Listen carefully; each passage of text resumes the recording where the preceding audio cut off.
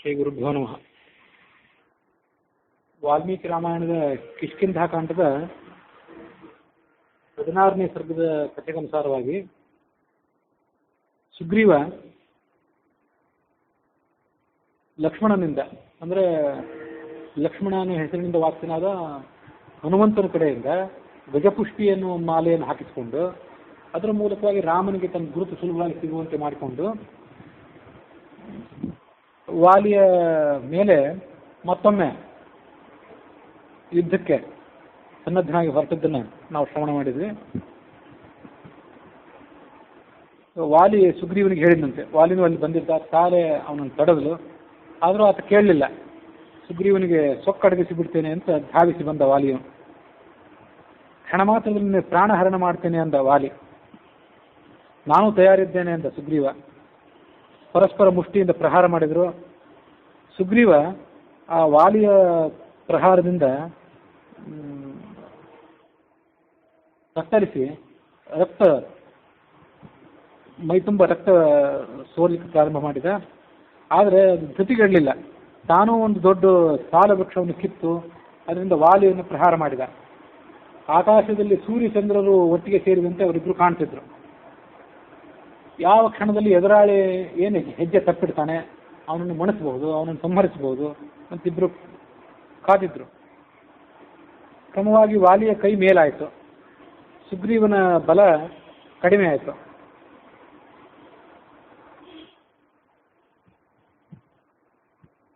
ರೆಂಬೆಗಳಿಂದ, ಗಿಡದ ಕೊಂಬೆಗಳಿಂದ ಬಡಿದಾಡಿದ್ರು. ಪರ್ವತ ಶಿಖರಗಳನ್ನು ಕಿತ್ತು ಒಬ್ಬರನ್ನೊಬ್ಬರು ಪ್ರಹಾರ ಮಾಡಿದರು.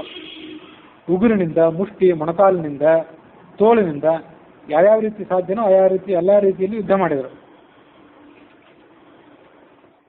ಸುಗ್ರೀವನ ಬಲ ಕಡಿಮೆ ಆಗಿತ್ತು. ಸಹಾಯಕ್ಕಾಗಿ ಪದೇ ಪದೇ ರಾಮನ ಕಡೆ ನೋಡ್ತಿದ್ದ. ರಾಮ ಅಲ್ಲಿ ಸನ್ನಿಹಿತನಾಗಿದ್ನಲ್ಲ, ಅವನ ಕಡೆ ನೋಡ್ತಿದ್ದ. ಆಗ ರಾಮ ವಾಲಿಯನ್ನು ಇನ್ನು ಸಂಹಾರ ಮಾಡಿಬಿಡಬೇಕು, ಹೆಚ್ಚು ಹೊತ್ತು ಸಮಯ ಪ್ರತೀಕ್ಷೆ ಮಾಡಬಾರದು ಅಂತ ಆಲೋಚನೆ ಮಾಡಿ ಬಾಣದ ಕಡೆಗೆ ನೋಡಿದ. ಬಾಣದ ಕಡೆಗೆ ನೋಡಿ ಅದನ್ನು ಕಿವಿ ತನಕ ಎಳೆದ. ಆ ಬಿಲ್ಲಿನ ಹೆದೆಯನ್ನು ಎಳೆದು ಅದನ್ನು ಠೇಂಕರಿಸಿದ. ಎಲ್ಲ ಸುತ್ತಮುತ್ತಲಿರುವಂಥ ಪಕ್ಷಿಗಳು, ಪ್ರಾಣಿಗಳೆಲ್ಲ ಹೆದರಿದವು. ಪ್ರಳಯ ಕಾಲ ಬಂತೇನೋ ಅನ್ನೋ ರೀತಿಯಲ್ಲಿ ಆ ಬಾಣವನ್ನು ವಾಲಿಯ ಮೇಲೆ ಪ್ರಯೋಗ ಮಾಡಿ ಅವನನ್ನು ಹೊಡೆದುರುಳಿಸಿದ. ಅವನ ಎದೆಗೆ ನಾಟಿತದು ಬಾಣ.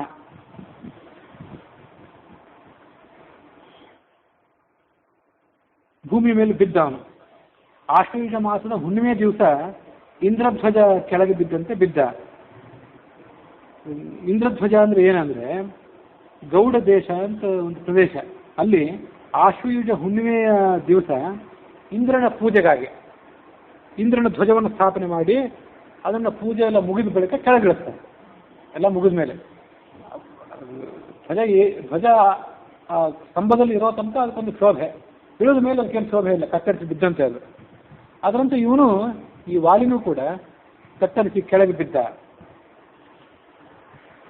ವೃಕ್ಷಷಂಡೇ ತಿರೋಭೂತ್ವ ಪಾತಯಾಮಾಸ ಸಂಭುವಿ.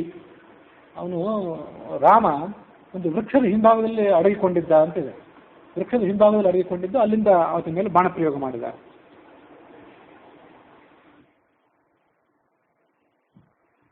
ಮಹಾದೇವ ತನ್ನ ಹಣೆಗಣ್ಣಿನಿಂದ ಕಾಮನನ್ನ ಸುಟ್ಟು ಬೂದಿ ಮಾಡಿದಂತೆ ರಾಮ ಬಾಣ ಪ್ರಯೋಗ ಮಾಡಿ ವಾಲಿಯನ್ನು ಹೊಡೆದು ಉರುಳಿಸಿದ. ಆತ ಚೇತನಾಶೂನ್ಯನಾಗಿ ಕೆಳಗೆ ಬಿದ್ದು ಬಿಟ್ಟ. ಅಲ್ಲಿಗೆ 16ನೇ ಸರ್ಗ ಮುಕ್ತಾಯ ಆಯಿತು. 17ನೇ ಸರ್ಗದಲ್ಲಿ ಆ ವಾಲಿ ರಾಮನ ಬಗ್ಗೆ ಆಕ್ಷೇಪ ಮಾಡಿತ್ತು. ಅದ್ರ ಮುಂದೆ ರಾಮ ಅಂತ ಉತ್ತರ ಕೊಟ್ಟಿತ್ತು. ಇದನ್ನೆಲ್ಲ ನಾವು ಶ್ರವಣ ಮಾಡಬೇಕು. ಚಿನ್ನದ ಆಭರಣಗಳಿಂದ ಅವನು ಭೂಷಿತನಾಗಿದ್ದ. ಸೂರ್ಯ ಇಲ್ಲದಂಥ, ಆಕಾಶದಿಂದ ಚ್ಯುತನಾದಂಥ ಸೂರ್ಯನಂತೆ ಆತ ಕಾಣ್ತಿದ್ದ. ರಾಮ ಲಕ್ಷ್ಮಣರಿಬ್ಬರು ಆ ವಾಲಿಯ ಕಡೆ ಧಾವಿಸಿದರು. ಅವನ ತೇಜಸ್ಸು ಕಡಿಮೆ ಆಗಿತ್ತು, ವಾಲಿದು ಪ್ರಭಾವ ಎಲ್ಲ ಕಡಿಮೆ ಆಗಿತ್ತು. ಅವನ ಪ್ರಾಣನೂ ಕೂಡ ಇನ್ನೇನು ಹೋಗೋದ್ರಲ್ಲಿತ್ತು. ಈಗ ಮುಂದಿನಂತೆ ಆತ ಮಾತು ಹೇಳಿದ. ಯುದ್ಧ ಮಾಡೋ ಕೆಲಸ, ಯುದ್ಧ ಭೂಮಿ ಅಂದರೆ ಬಹಳ ಪ್ರೀತಿ ವಾಲಿಗೆ. ಗರ್ವಿತಂ ರಣಗರ್ವಿತಂ. ರಣ ಅಂದರೆ ಯುದ್ಧ. ಯುದ್ಧದ ಮೇಲೆ ಬಹಳ ಅವನಿಗೆ ಗರ್ವ ಇತ್ತು. ಇಂಥ ಮುಂದಿನಂತೆ ಮಾತು ಹೇಳಿದ. ನೀನು ಚಕ್ರವರ್ತಿಯ ಮಗ ಆದವನು, ನಿನ್ನ ದರ್ಶನ ಮಾತ್ರದಿಂದ ಎಲ್ಲರಿಗೂ ಸಂತಾಪಗಳನ್ನು ಕಳೆಯುವಂಥವನು, ನಾನಾ ಥರದ ವ್ರತಾಚರಣೆಗಳನ್ನು ಮಾಡಿದವನು. ನಾನು ಸುಗ್ರೀವನ ಜೊತೆ ಯುದ್ಧ ಮಾಡ್ತಿದ್ದೆ. ನಿನ್ನನ್ನು ಎದುರಿಸಿ ನಾನು ಯುದ್ಧ ಮಾಡ್ತಿರ್ಲಿಲ್ಲ, ನಿನ್ನ ಜೊತೆಗೆ ನಾನು ಯುದ್ಧನೇ ಮಾಡ್ತಿರ್ಲಿಲ್ಲ. ಅದರಲ್ಲಿ ನೀನು ನನ್ನನ್ನು ಹಿಂಭಾಗದಿಂದ ನಿಂತ್ಕೊಂಡು, ವೃಕ್ಷಗಳ ಮರೆಯಲ್ಲಿ ನಿಂತ್ಕೊಂಡು ನನ್ನನ್ನು ಸಂಹಾರ ಮಾಡಿದೆ. ವಾಲ್ಮೀಕಿ ರಾಮಾಯಣ ಪ್ರಕಾರ ವೃಕ್ಷದ ಹಿಂಭಾಗದಲ್ಲಿದ್ದ ಅಂತಿಲ್ಲ, ಅಂತೂ ಮರೆಯಿಂದ ಹೊಡೆದ ಅಂತ ಅಷ್ಟೇ ಇದೆ. ನೇರವಾಗಿ ಯುದ್ಧಕ್ಕೆ ಬಂದು ಬಾಣ ಪ್ರಯೋಗ ಮಾಡಲಿಲ್ಲ, ಹಿಂಭಾಗದಿಂದ ಪ್ರಯೋಗ ಮಾಡಿದ ಅಂತ ಅಷ್ಟೇ ಇದೆ. ತಮ್ಮನ ಜೊತೆ ಯುದ್ಧ ಪ್ರಯೋಗ ಮಾಡ್ತಿದ್ದೆ, ನೀನು ಬಾಣ ಪ್ರಯೋಗ ಮಾಡಿದೆ. ನೀನು ಸತ್ಕುಲದಲ್ಲಿ ಹುಟ್ಟಿದವನು, ಕರುಣಾಮಯ ಆದವನು, ಪ್ರಜೆಗಳ ಯೋಗಕ್ಷೇಮಕ್ಕೆ ಯಾವತ್ತು ಕಟಿಬದ್ಧನಾದವನು. ನಿನ್ನ ಸದ್ಗುಣಗಳನ್ನು ಜಗತ್ತೆಲ್ಲ ಹಾಡಿ ಹೊಗಳ್ತದೆ. ಯಾವತ್ತು ಜಗತ್ತಿನಲ್ಲಿ ಮನುಷ್ಯರಿಗೆ ವೈರ ಬರಲಿಕ್ಕೆ ಏನು ಕಾರಣ? ಭೂಮಿ ಹಿರಣ್ಯಂ ರೂಪ್ಯಂಚ. ಭೂಮಿ ಮಣ್ಣು, ಹಿರಣ್ಯ ಅಂದರೆ ಹೊನ್ನು, ಆಮೇಲೆ ಸ್ತ್ರೀ. ಈ ಮೂರು ಕಾರಣಕ್ಕಾಗಿ ಯುದ್ಧ ಆಗಬೇಕು. ಭೂಮಿ ಅಂದರೆ ಭೂಮಿ ಆಯಿತು, ಹಿರಣ್ಯ ಅಂದರೆ ಬಂಗಾರ ಆಯಿತು, ರೂಪ್ಯ ಅಂದರೆ ಮಣ್ಣು ಅಂತ ಹೀಗೆ ವ್ಯಾಖ್ಯಾನ ಮಾಡ್ತಾ ಇರ್ತೀನಿ. ಹೀಗೆ ನಾನಾ ರೀತಿಯಾದಂಥ ಕಾರಣಗಳಿಂದ ಜನರಿಗೆ ವೈರ ಆಗೋ ಸಾಧ್ಯ ಇದೆ. ಹೆಣ್ಣು, ಹೊನ್ನು, ಮಣ್ಣು, ಈ ಮೂರು ಕಾರಣಗಳಲ್ಲಿ ಯಾವ ಕಾರಣದಿಂದ ನನಗೂ ನಿನಗೂ ವೈರ ಉಂಟಾಗಿತ್ತು? ಯಾತಕ್ಕಾಗಿ ನೀನು ನನ್ನ ಸಂಹಾರ ಮಾಡಿದೆ? ರಾಜನಾದವನು ದಂಡನೀತಿ, ವಿನಯ, ನಿಗ್ರಹ ಇದೆಲ್ಲದರಲ್ಲೂ ನಿಷ್ಣಾತನಾಗಿರ್ಬೇಕು. ಯಾವತ್ತು ರಾಜರು ಸ್ವೇಚ್ಛಾಚಾರಿಗಳಾಗಬಾರ್ದು, ಬೇಕಾಬಿಟ್ಟಿಯಾಗಿ ಯಾರನ್ನೂ ದಂಡನೆ ಮಾಡಬಾರದು, ನ್ಯಾಯದ ನೀತಿ ಮಾರ್ಗವನ್ನು ಅನುಸರಣೆ ಮಾಡಿಕೊಂಡಿರ್ಬೇಕು. ರಾಜ ವ್ಯವಹಾರದಲ್ಲಿ ನಿನಗೆ ಸರಿಯಾದಂಥ ನಿಪುಣತೆ ಇಲ್ಲ ಅಂದ ವಾಲಿ ರಾಮನಿಗೆ. ಸಜ್ಜನರು ಒಂದು ವೇಳೆ ಎಲ್ಲರೂ ಕೂಡಿದಾಗ, ಸಜ್ಜನರ ಸಮಾಗಮ ಆದಾಗ, ಜ್ಞಾನಿಗಳಾದವರು ನ್ಯಾಯಶೀಲರಾದವರು ಸಮಾಗಮ ಆದಾಗ ವಾಲಿಯನ್ನು ಯಾತಕ್ಕಾಗಿ ಕೊಂದೆ, ಹೇಗೆ ಕೊಂದೆ ಅಂತ ಯಾರು ನೀನು ಕೇಳಿದರೆ ನೀನೇನು ಉತ್ತರ ಕೊಡ್ತಿ ಅಂದ ವಾಲಿ.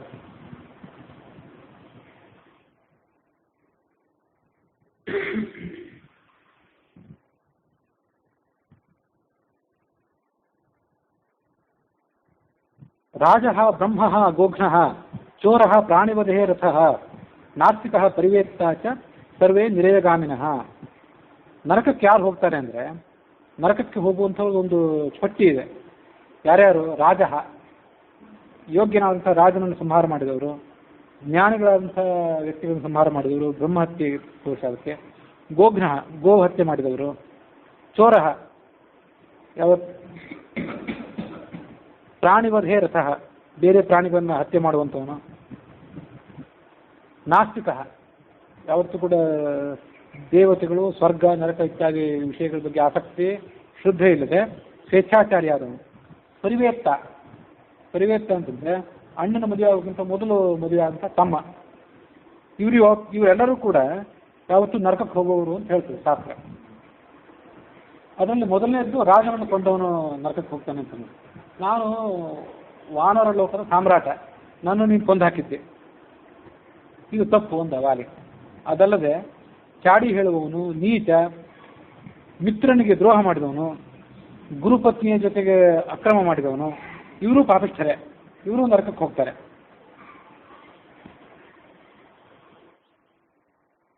ನಾನು ಸುಗ್ರೀವ, ನಾನು ಈ ವಾಲಿ ಏನಿದ್ದೇನೆ ಕಪಿ. ನಾನು ಕಪಿ ಆದ್ದರಿಂದ, ಪಶು ಆದ್ದರಿಂದ ನನ್ನನ್ನು ನೀನು ಬೇಟೆ ಆಡಿದ್ದೇನಾದರೂ ತಿಳ್ಕೊಂಡಿದ್ರೆ ಅದು ಕೂಡ ತಪ್ಪೆ. ವಿನೋದಕ್ಕಾಗಲಿ, ಕೆಲವೊಂದ್ಸರಿ ರಾಜರು ಬೇಟೆ ಆಡಿದ ಯಾತಕ್ಕಾಗಿ ಆಡ್ತಾರೆ? ವಿನೋದಕ್ಕಾಗಿ, ಮನಸ್ಸಿನ ಶ್ರಮ ಪರಿಹಾರಕ್ಕಾಗಿ ಬೇಟೆ ಆಡ್ತಾರೆ. ಮತ್ತು ಕೆಲವೊಂದು ಆಹಾರಕ್ಕಾಗಿ ಜಿಂಕೆ ಮೊದಲಾದ ಪ್ರಾಣಿಗಳನ್ನು ಬೇಟೆ ಆಡ್ತಾರೆ. ಆಹಾರಕ್ಕಾಗಿ ಆದರೂ ಕೂಡ ನೀವು ನನ್ನ ಭೇಟಿ ಆಡಿದ್ದಿ ಅಂತ ಅನ್ನೋದು ಸರಿಯಲ್ಲ. ಯಾಕೆಂದರೆ ನನ್ನ ಚರ್ಮ, ನನ್ನ ರಕ್ತ, ಮಾಂಸ ಇದರಲ್ಲಿ ನಿನಗೆ ಯಾವುದು ಉಪಯುಕ್ತ? ಜಿಂಕೆಯ ಚರ್ಮ, ವ್ಯಾಘ್ರದ ಚರ್ಮ ಇದನ್ನೆಲ್ಲ ಉಪಯೋಗ ಮಾಡ್ತಾರೆ. ಕೋತಿಯ ಚರ್ಮವನ್ನು ಯಾರು ಕೂಡ ಉಪಯೋಗ ಮಾಡೋದಿಲ್ಲ, ಅದು ಶಾಸ್ತ್ರದಲ್ಲಿ ವಿಹಿತನೇ ಆಗಿಲ್ಲ. ಅಧಾರ್ಯಂ ಚರ್ಮಮೇ, ನನ್ನ ಚರ್ಮ ಅಧಾರ್ಯ. ರೋಮಾಣಿ, ನನ್ನ ರೋಮಗಳು ಯಾವುದಕ್ಕೂ ಉಪಯೋಗ ಬರುವಂಥದ್ದಲ್ಲ. ಅಸ್ಥಿ, ಎಲುಬು ಕೂಡ ಉಪಯೋಗ ಬರುವಂಥದ್ದು. ವರ್ಜಿತಂ, ಇದೆಲ್ಲ ವರ್ಜಿತ ಇದೆ. ಅಭಕ್ಷಾಣಿತ ಮಾಂಸಾಣಿ ತದ್ವಿಧೈ ಧರ್ಮಚಾರಿಭಿ. ಮಂಗದ ಮಾಂಸವನ್ನು ತಿನ್ನೋದು ಕೂಡ ಶಾಸ್ತ್ರದಲ್ಲಿ ವಿಹಿತ ಅಲ್ಲ. ಜಿಂಕೆಯ ಮಾಂಸ, ಉಳಿದ ಮೊಲದ ಮಾಂಸ, ಪಕ್ಷಿಗಳ ಮಾಂಸ, ಮಾಂಸಾಹಾರ ತಿನ್ನೋದೇ ಆಗಿದ್ರು ಅದಕ್ಕೊಂದು ನಿಯಮ ಇದೆ. ಹಾಗಾಗಿ ನನ್ನಂಥವರ ಮಾಂಸ ತಿನ್ನಲಿಕ್ಕೆ ಕೂಡ ಯೋಗ್ಯ ಅಲ್ಲ. ಪಂಚನಖಾಹ ಭಕ್ಷ್ಯಾಹ ಬ್ರಹ್ಮಕ್ಷತ್ರೇಣ ರಾಘವ ಶಲ್ಯಕಃ ಶ್ವಾವಿಧೋ ಗೋಧ ಶಶಃ ಕೂರ್ಮಶ್ಚ ಪಂಚಮಃ.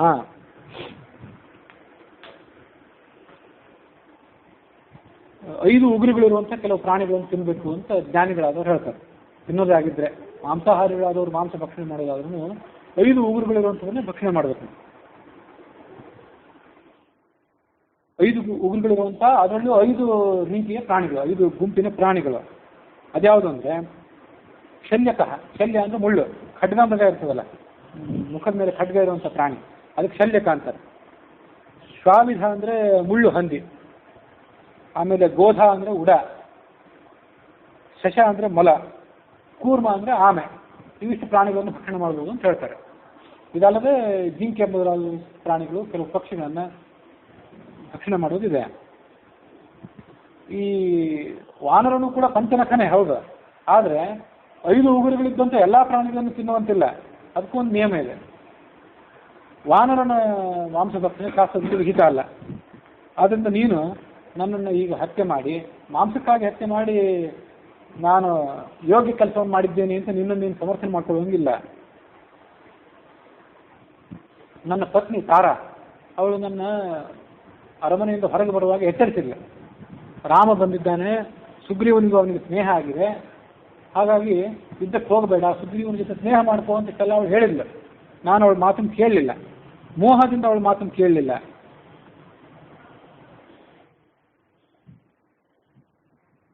ಒಬ್ಬಳು ಸ್ತ್ರೀ, ಸಂಪನ್ನಳಾದಂಥ ಸ್ತ್ರೀ, ಯೋಗ್ಯಳಾದಂಥ ಸ್ತ್ರೀ, ಅವಳು ಯೋಗ್ಯಳಿರ್ಬೋದು, ಅವಳು ಮದುವೆ ಆದದ್ದು ಮಾತ್ರ ಅಯೋಗ್ಯನಂತ ಆಗಿಬಿಟ್ರೆ ಅಂಥವಳಿಗೆ ಅದರಿಂದ ಏನು ಉಪಯೋಗ?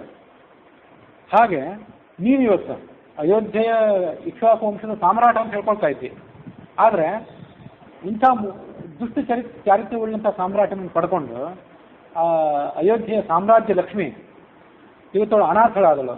ನಿನ್ನಂಥ ರಾಜ ಅವಳಿಗೆ ಸಿಗಬಾರ್ದಿತ್ತು ಅಂದ ವಾಲಿ. ನೀನು ಉದ್ಧತ, ಅಹಂಕಾರಿಯಾದವನು, ಮೋಸಗಾರನಾದವನು, ಶುದ್ಧನಾದವನು, ದುಷ್ಕೃತ್ಯ ಮಾಡುವಂಥವನು. ಮಹಾತ್ಮನಾದಂಥ ದಶರಥನಿಗೆ ನಿನ್ನಂಥ ಮಗ ಹುಟ್ಟಿದೆ ಹೇಗೆ?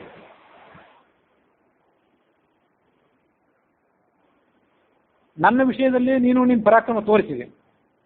ಸುಗ್ರೀವನ ಜೊತೆಗೆ ನಾನು ಯುದ್ಧ ಮಾಡ್ತಿದ್ದಾಗ ನೇರವಾಗಿ ನನ್ನ ಮೇಲೆ ಬಾಣಪ್ರಯೋಗ ಮಾಡಿದೆ, ನೀನು ಪರಾಕ್ರಮ ತೋರಿಸಿದೆ. ಆದರೆ ನೀನು ಇಲ್ಲಿ ತನಕ ಬೇರೆ ಯಾವ ಶತ್ರುಗಳನ್ನು ಮಣಿಸಿದ್ದೆ ಅದನ್ನು ಹೇಳು. ನನ್ನನ್ನು ಹೀಗೆ ಪರೋಕ್ಷ ಮಾರ್ಗದಿಂದ ಮಣಿಸಿರೋದನ್ನು ನೋಡಿದರೆ ನಿನಗೇನು ಪರಾಕ್ರಮನೇ ಇಲ್ಲ ಅಂತ ಕಾಣಿಸ್ತದೆ. ಯಾವ ದೊಡ್ಡ ಯುದ್ಧಗಳನ್ನು ಮಾಡಿದ್ದಿ, ಯಾವ್ಯಾವ ದೊಡ್ಡ ಶತ್ರುಗಳನ್ನು ಸೋಲಿಸಿದ್ದಿ, ಅದು ನನಗೆ ಹೇಳು ಅಂತ ವಾಲಿ ರಾಮನಿಗೆ. ನೀನೇನಾದರೂ ನನಗೆ ಎದುರಾಗಿ ನಿಂತು ಯುದ್ಧ ಮಾಡಿದರೆ ಈ ವೇಳೆಗಾಗಲೇ ನಾನು ನಿನ್ನ ಕೊಂದು ಹಾಕಿಬಿಡ್ತಿದ್ದೆ, ಯಮನ ಪಟ್ಟಣಕ್ಕೆ ನೀನು ಹೊರಟೋಗಿಬಿಡ್ತಿದ್ದೆ. ಮರೆಯಲ್ಲಿ ನಿಂತ್ಕೊಂಡು ಸುಗ್ರೀವನಿಗೆ ಅನುಕೂಲ ಮಾಡುವ ದೃಷ್ಟಿಯಿಂದ ನನ್ನನ್ನು ಸಂಹಾರ ಮಾಡಿದೆ. ನಿನಗೆ ಜಾತಕ್ಕೆ ಬೇಕಾಗಿತ್ತು, ಸೀತಾನ್ವೇಷಣೆಗಾಗಿ ಇದೆಲ್ಲ ಪ್ರಯತ್ನ ಮಾಡ್ತಿದ್ದೀನಿ. ಸೀತೆ ನಿನಗೆ ಬೇಕು, ಸೀತೆಯನ್ನು ಅನ್ವೇಷಣೆ ಮಾಡ್ಲಿಕ್ಕೆ ಸುಗ್ರೀವ ಸಹಾಯ ಮಾಡ್ತಾನೆ ಅಂತ ಇಟ್ಕೊಂಡು ಸುಗ್ರೀವನಿಗೆ ಸಹಾಯ ಮಾಡಲಿಕ್ಕಾಗಿ ನನ್ನನ್ನು ಸಂಹಾರ ಮಾಡಿದ್ದೆ. ನನಗೇನಾದರೂ ಹೇಳಿದರೆ ಒಂದೇ ದಿವಸದಲ್ಲಿ, ಒಂದು ಹಗಲಿನಲ್ಲಿ ನಾನು ಸೀತೆಯನ್ನು ತಂದು ಒಪ್ಪಿಸ್ತಿದ್ದೆ. ರಾವಣನ ಕುತ್ತಿಗೆಯನ್ನು ಹಿಡಿದು ಜೀವ ಸಹಿತವಾಗಿ ನಿನ್ನ ಕಡೆ ತಂದು ಒಪ್ಪಿಸ್ತಿದ್ದೆ. ರಾವಣ ಸೀತೆಯನ್ನು ಸಾಗರ ಮಧ್ಯದಲ್ಲೇ ಇಟ್ಟಿರಲಿ, ಪಾತಾಳದಲ್ಲೇ ಇಟ್ಟಿರಲಿ, ಹೈಗ್ರೀವ ರೂಪಿಯಾದಂಥ ಭಗವಂತ ವೇದಗಳನ್ನು ಮೇಲೆ ತಂದು ಉದ್ಧಾರ ಮಾಡಿ ಎಲ್ಲ ಕಡೆ ಪ್ರಚಾರ ಮಾಡಿದ್ನಲ್ಲ, ಹಾಗೆ ನಾನು ಸೀತೆಯನ್ನು ತಂದು ಕೊಡ್ತಿದ್ದೆ. ನೀನು ಅದಕ್ಕಾಗಿ ಇಷ್ಟೆಲ್ಲ ಯಾಕೆ ಮಾಡಬೇಕಾಗಿತ್ತು? ಆಯಿತು, ನಾನೀಗ ಸಾಯವನಿದ್ದೇನೆ, ಸತ್ತ ಮೇಲೆ ಸುಗ್ರೀವ ರಾಜ್ಯವನ್ನು ಪಡ್ಕೊಳ್ತಾನೆ, ಅದೆಲ್ಲ ಉಚಿತ ಆಗಿದೆ. ಆದರೆ ನೀನು ಅಧರ್ಮದ ಮೂಲಕವಾಗಿ ಅವನಿಗೆ ರಾಜ್ಯ ಕೊಡ್ತಿದ್ದೆಲ್ಲ, ಇದೆಷ್ಟು ಉಚಿತ?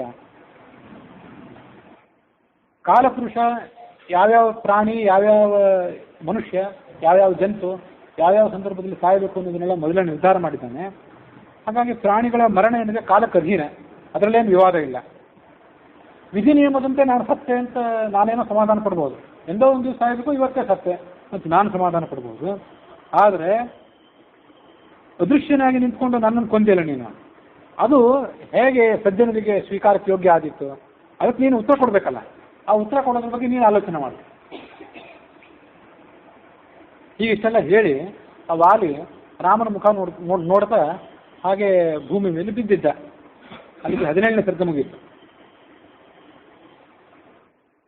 ಧರ್ಮ, ಅರ್ಥ ಇದನ್ನೆಲ್ಲವನ್ನೂ ಮಾತಾಡಿದ್ದ ವಾಲಿ. ರಾಜ್ಯಶಾಸ್ತ್ರದ ಬಗ್ಗೆ, ಧರ್ಮಶಾಸ್ತ್ರದ ಬಗ್ಗೆ ಎಲ್ಲನೂ ಮಾತಾಡಿದ್ದೆ. ಅದು ಮಾತಾಡಿದ್ದು ಉಚಿತವಾಗಿ ಕಾಣಿಸಿತ್ತು. ರಾಮ ಸಮಾಧಾನ ಚಿತ್ತನಾಗಿ ಸುಗ್ರೀವ ವಾಲಿ ಹೇಳಿದ್ದನ್ನೆಲ್ಲ ಕೇಳ್ಕೊಂಡು ಮುಂದಿನಂತೆ ಮಾತು ಹೇಳಿದೆ. ಧರ್ಮ, ಅರ್ಥ, ಕಾಮ ಇವುಗಳ ಸ್ವರೂಪ ಎಲ್ಲ ನೀನು ತಿಳ್ಕೊಂಡಿದ್ದಿ ಅಂತ ನೀನು ತಿಳ್ಕೊಂಡಿದ್ದೆ. ಆದರೆ ಕೇವಲ ಮೂರ್ಖತನದಿಂದ ನನ್ನನ್ನು ನಿಂದನೆ ಮಾಡ್ತಿದ್ದೆ. ಯಾತಕ್ಕಾಗಿ ನಿನ್ನನ್ನು ಕೊಂದೆ ಅಂತ ನೀನು ಸರಿಯಾಗಿ ಆಲೋಚನೆ ಮಾಡಿಲ್ಲ.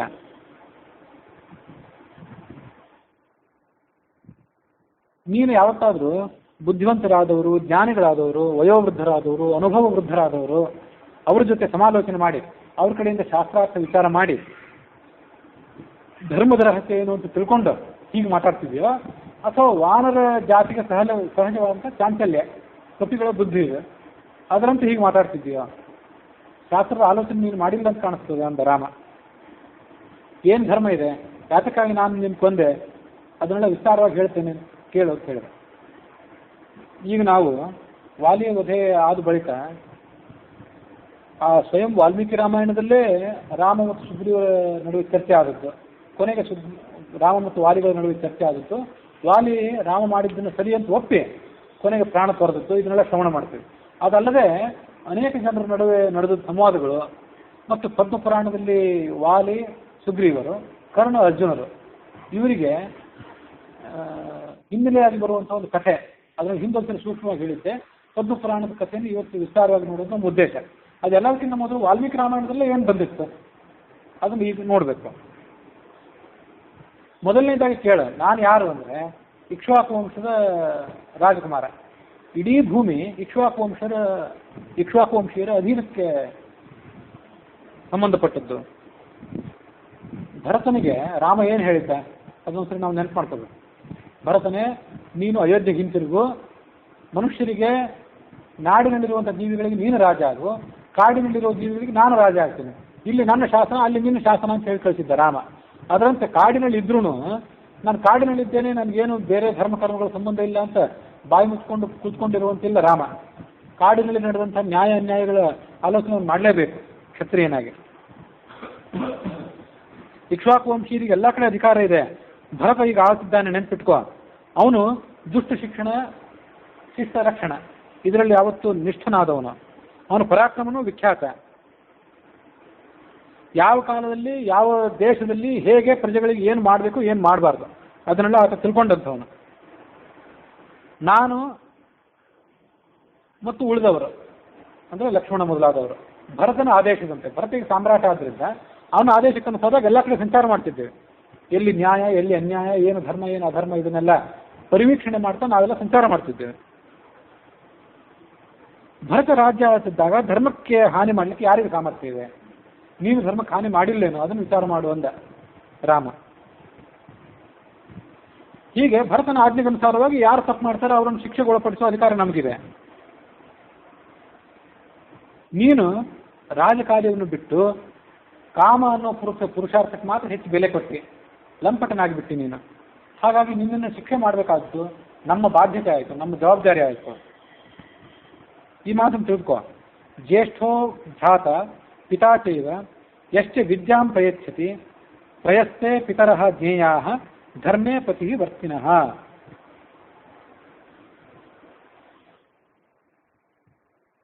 ತಂದೆ ಅಂದ್ರೆ ಯಾರು? ನಮ್ಮನ್ನು ಹುಟ್ಟಿಸಿದಂಥವನು ಒಬ್ಬನೇ ತಂದೆ ಅಲ್ಲ. ತಂದೆಗೆ ಸಮಾನರಾದವರು ಮತ್ತೆ ಕೆಲವು ಜನ ಇದ್ದಾರೆ. ಅವ್ರು ಯಾರಂದ್ರೆ ಹಿರಿಯ ಅಣ್ಣ ಮತ್ತು ವಿದ್ಯಾದಾನ ಮಾಡಿದಂಥ ಗುರು. ತಂದೆ ಅಂತೂ ಇದ್ದೇ ಇದ್ದಾನೆ. ಇವರು 3 ಜನ ತಂದೆ. ಒಬ್ಬ ಮನುಷ್ಯನಿಗೆ ಈ 3 ಜನ ತಂದೆ ಅಂತ ತಿಳ್ಕೊಳ್ಬಹುದು. ಇವ್ರು 3 ಜನ ತಂದೆ ಅಂತ ಆದ್ಮೇಲೆ ಆ 3 ಜನ ಕೆಲವರನ್ನು ತಮ್ಮ ಮಕ್ಕಳು ಅಂತ ತಿಳ್ಕೊಳ್ಬೇಕು. ಯಾರನ್ನ ಮಕ್ಕಳು ಅಂತ ತಿಳ್ಕೊಳ್ಬೇಕು? ತಂದೆ ಆದವನಂತೂ ತನ್ನ ಮಗನನ್ನು ಮಗ ಅಂತ ತಿಳ್ಕೊಳ್ಳೇಬೇಕು. ಅದಂತೂ ಇದ್ದಿದ್ದೆ. ಶರೀರಕ್ಕೆ ಪ್ರಾಣದಾತ ಎಷ್ಟಕ್ಕೆ ಅನ್ನಾಣಿ ಭುಂಜತೆ. ತಂದೆ ಅಂದ್ರೆ ಅದು ಮತ್ತೊಂದು ಕಡೆ ಮಹಾಭಾರತದಲ್ಲಿ ಎಲ್ಲೋ ಬರ್ತದೆ. ಶರೀರ ಕೊಟ್ಟವನು, ನಿಮ್ಮನ್ನು ಹುಟ್ಟಿಸಿದವನು. ಪ್ರಾಣದಾತ, ಯಾವಾಗೋ ಪ್ರಾಣದ ಅಪಾಯದ ಪರಿಸ್ಥಿತಿಯಲ್ಲಿ ನೀವಿದ್ದಾಗ ನಿಮ್ಮನ್ನು ಕಾಪಾಡಿದವನು. ಅವನು ಒಂದು ರೀತಿಯಲ್ಲಿ ನಿಮ್ಮ ತಂದೆನೆ, 2ನೇ ಜನ್ಮ ನಿಮಗೆ ಕೊಟ್ಟವನಾದ್ರಿಂದ. ಎಷ್ಟಕ್ಕೆ ಅನ್ನಾನಿ ಭುಂಜತೆ, ಯಾರ ಅನ್ನ ನೀವು ಊಟ ಮಾಡ್ತೀರಿ, ಯಾರು ಅಧೀನರಾಗಿತ್ತು ಅವರು ಕೂಡ ತಂದೆ ಇದ್ದಂತೆ ಅಂತ ಶಾಸ್ತ್ರ ಹೇಳ್ತದೆ. ಅದಲ್ಲದೆ ಒಬ್ಬ ಮನುಷ್ಯ ತನ್ನ ತಮ್ಮನನ್ನ ಮಗನ ರೀತಿಯಲ್ಲಿ ಕಾಣಬೇಕು. ಅವರ ಸುಪುತ್ರ ಅಂದರೆ ತನ್ನಿಂದ ಹುಟ್ಟಿದಂಥ ಮಗನಂತೂ ಮಗನಂತ ಕಾಣಲೇಬೇಕು. ಅದೂ ಅಲ್ಲದೆ ಶ್ರೇಷ್ಠನಾದಂಥ ಶಿಷ್ಯ ಸರಿಯಾದ ಕ್ರಮದಲ್ಲಿ ಅಧ್ಯಯನ ಮಾಡಿ ನಿಮ್ಮನ್ನು ಸೇವೆ ಮಾಡಿ ನಿಮ್ಮ ಕಡೆಯಿಂದ ವಿದ್ಯೆ ಪಡ್ಕೊಂಡವನೇ ಇರ್ತಾನೆ. ಇವನನ್ನು ಕೂಡ ಮಗನ ರೀತಿಯಲ್ಲಿ ನೋಡ್ಕೊಳ್ಬೇಕು ಅಂತ ಹೇಳ್ತದೆ ಶಾಸ್ತ್ರ. ಹಾಗಾಗಿ ಈ 3 ಜನ ತಂದೆಯಂದಿರು, ಆ 3 ಜನ ಮಕ್ಕಳು. ಇದು ಧರ್ಮದ ವ್ಯವಸ್ಥೆಗೆ ಕಾರಣ. ಇದು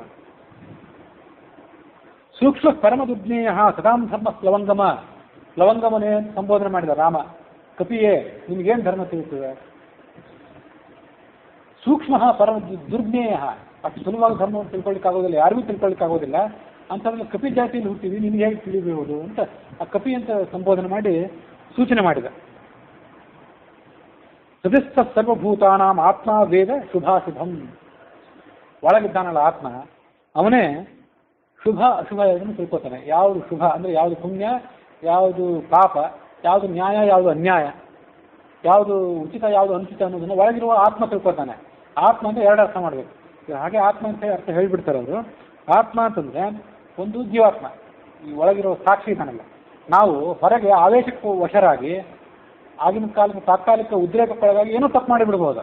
ಆದರೆ ಆಮೇಲೆ ಅದನ್ನು ವಿಮರ್ಶೆ ಮಾಡಿದಾಗ ನಮ್ಮ ಸಾಕ್ಷಿ ನಮಗೆ ಇದು ತಪ್ಪು ಇದು ಸರಿ ಅಂತ ಹೇಳ್ಕೊಡ್ತದೆ. ಹಾಗಾಗಿ ಒಳಗಿರುವಂಥದ್ದು ಆತ್ಮ ಅಂದರೆ ಒಂದು ಜೀವಾತ್ಮ. ಒಂದು ವೇಳೆ ಈ ಜೀವಾತ್ಮನಿಗೂ ಕೆಲವು ಬಾರಿ ತಪ್ಪು ಗೊತ್ತಾಗದೇ ಇರ್ಬೋದು. ಆ ಜೀವಾತ್ಮನಿಗೆ ಒಳಗೆ ಅಂತರ್ಯಾಮಿಯಾಗಿ ಹೃದಯ ಗುಹೆಯಲ್ಲಿ ವಾಸ ಮಾಡಿಕೊಂಡು ಭಗವಂತ ಇದ್ದಾನಲ್ಲ, ಅವನಿಗೆ ಹೃದಿಷ್ಠ ಸಾಕ್ಷಿ ಅಂತ ಹೇಳ್ತಾರೆ. ಅವನಂತೂ ಎಲ್ಲನೂ ತಿಳ್ಕೊಳ್ತಾನೆ. ಮುಖ್ಯವಾಗಿ ಧರ್ಮ ತಿಳ್ಕೊಂಡವನು, ಧರ್ಮಜ್ಞನಾದವನು, ಧರ್ಮ ಸ್ವರೂಪಿ ಅಂತ ಅನ್ಸ್ಕೊಂಡವನು ಅವನೇ. ಧರ್ಮಕ್ಕೆ ನಿರ್ಣಾಯಕ ಅವನು. ಉಳಿದವರೆಲ್ಲರೂ ಕೂಡ ಧರ್ಮದ ವಿಷಯದಲ್ಲಿ ಒಂದಲ್ಲ ಒಂದು ಕ್ಷಣಕ್ಕೆ ಮೋಹಕ್ಕೊಳಗಾಗಬಹುದು, ಧರ್ಮವನ್ನು ಪೂರ್ಣವಾಗಿ ತಿಳಿದೇ ಇರ್ಬೋದು. ಅಂತರ್ಯಾಮಿಯಾದಂಥ ಭಗವಂತ ಏನಿರ್ತಾನೆ ಅವನು ಧರ್ಮವನ್ನು ಸಂಪೂರ್ಣವಾಗಿ ತಿಳಿದಿರ್ತಾನೆ, ಅದನ್ನು ಜಾರಿಗೆ ತರ್ತಾನೆ. ನಾನೇ ಅವನು ಅಂತ ತಿಳ್ಕೊನೇನು ಅಂತ ಹೇಳಿದಾನೆ. ಅಲ್ಲಿ ಹಾಗೆ ಹೇಳಲಿಲ್ಲ, ಆದರೆ ನಾನೇ ಎಲ್ಲರಿಗೂ ಅಂತರ್ಯಾಮಿಯಾದವನು ನಾನು, ಆದ್ದರಿಂದ ನಾನು ತಿಳ್ಕೊಂಡಿದ್ದೇನೆ ಅಂತ ಹೇಳಿದ. ನೀನು ಮೊದಲೇ ಚಂಚಲ ಸ್ವಭಾವದವನು. ಹುಟ್ಟು ಕುರುಡರಾದವರು ಹುಟ್ಟು ಕುರುಡರ ಜೊತೆಗೆ ಸಮಾಲೋಚನೆ ಮಾಡಿದಂತೆ. ನೀನು ಯಾರ್ಯಾರ್ದೋ ಜೊತೆ ಸಮಾಲೋಚನೆ ಮಾಡಿದ್ವಿ, ನನ್ನನ್ನು ಬಂದು ತೆಗಳ್ತಾ ಇದ್ದಿ. ಅಂಧೇನ ಇವ ನಿಯಮಾನಾಹ ಯಥಾಂಧಾಹ.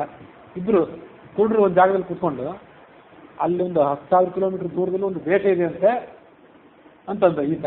ಅವನು ಹಾಗಿದೆ ಅಂತ ಅಲ್ಲಿ ಅಂಥವ್ರಿದ್ದಾರಂತೆ ಇಂಥವ್ರಿದ್ದಾರೆ ಅಂತ ನೋಡಿದಂತೆ ಇನ್ನೊಬ್ಬ ಹೇಳಿದ. ಹೌದು ಈ ವಿಷಯದಲ್ಲಿ ಇನ್ನೊಬ್ಬ ಹೇಳಿದೆ. ಈಗ ಅವ್ರು ಸಮಾಲೋಚನೆ ಮಾಡ್ತಾ ಹೋದರೆ ಹುಟ್ಟು ಕುರುಡರು ಅವ್ರು ಇಬ್ಬರು ನೋಡಿಲ್ಲ, ಸುಮ್ಮನೆ ಏನೋ ಹೇಳಿದಂತೆ. ಇದು ಬರೇ ಲೌಕಿಕ ವಿಷಯಗಳಿಗಲ್ಲ, ಪರಲೋಕಕ್ಕೂ ಇದೆ. ಈಗ ನಾವೆಲ್ಲ ಅಂಧೇನ ಇವ ನಿಯಮಾನಃ ಯಥಾಂತಹ. ಪಂಡಿತ ಅಂತ ನೀವು ಭಾವಿಸಿ ನನ್ನ ಕಡೆ ಕೇಳ್ತಿದ್ದೀರಿ. ನಾನು ಒಬ್ಬ ಕುರುಡನೇ, ನಿಮ್ಮನ್ನು ಕುರುಡು ಅಂತ ಹೇಳಲಿಕ್ಕೆ ನಮ್ಗೆ ಧೈರ್ಯ ಇಲ್ಲ. ನಾನಂತೂ ಕುರುಡ.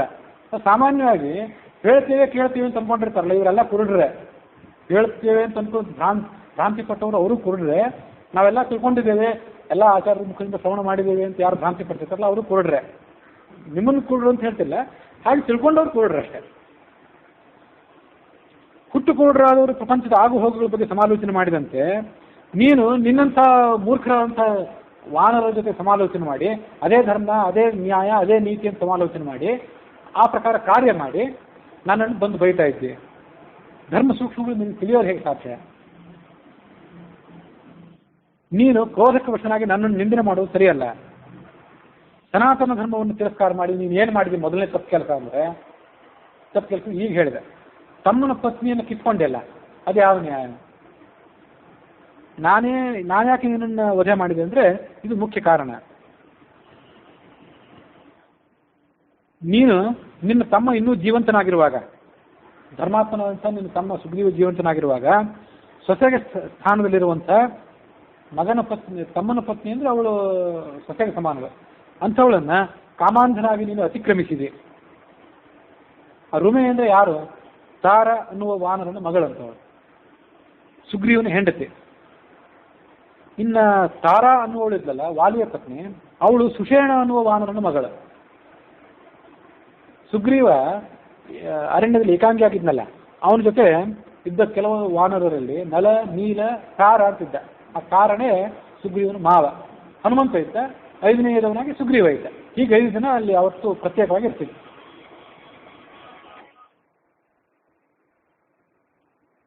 ಹಿಂದೆ ಮಾಯಾವಿ ಜೊತೆಗೆ ಯುದ್ಧ ಆಗಿತ್ತಲ್ಲ ವಾಲಿಗೆ, ಆ 1 ವರ್ಷದ ತನಕ ಯುದ್ಧ ಆಗಿತ್ತು. ವಾಲಿ ಬರದಾದಾಗ ಸುಗ್ರೀವ ಮರಳಿ ಬಂದಿದ್ನಲ್ಲ, ಆಗೇನಾಗಿತ್ತು ಅಂತಂದರೆ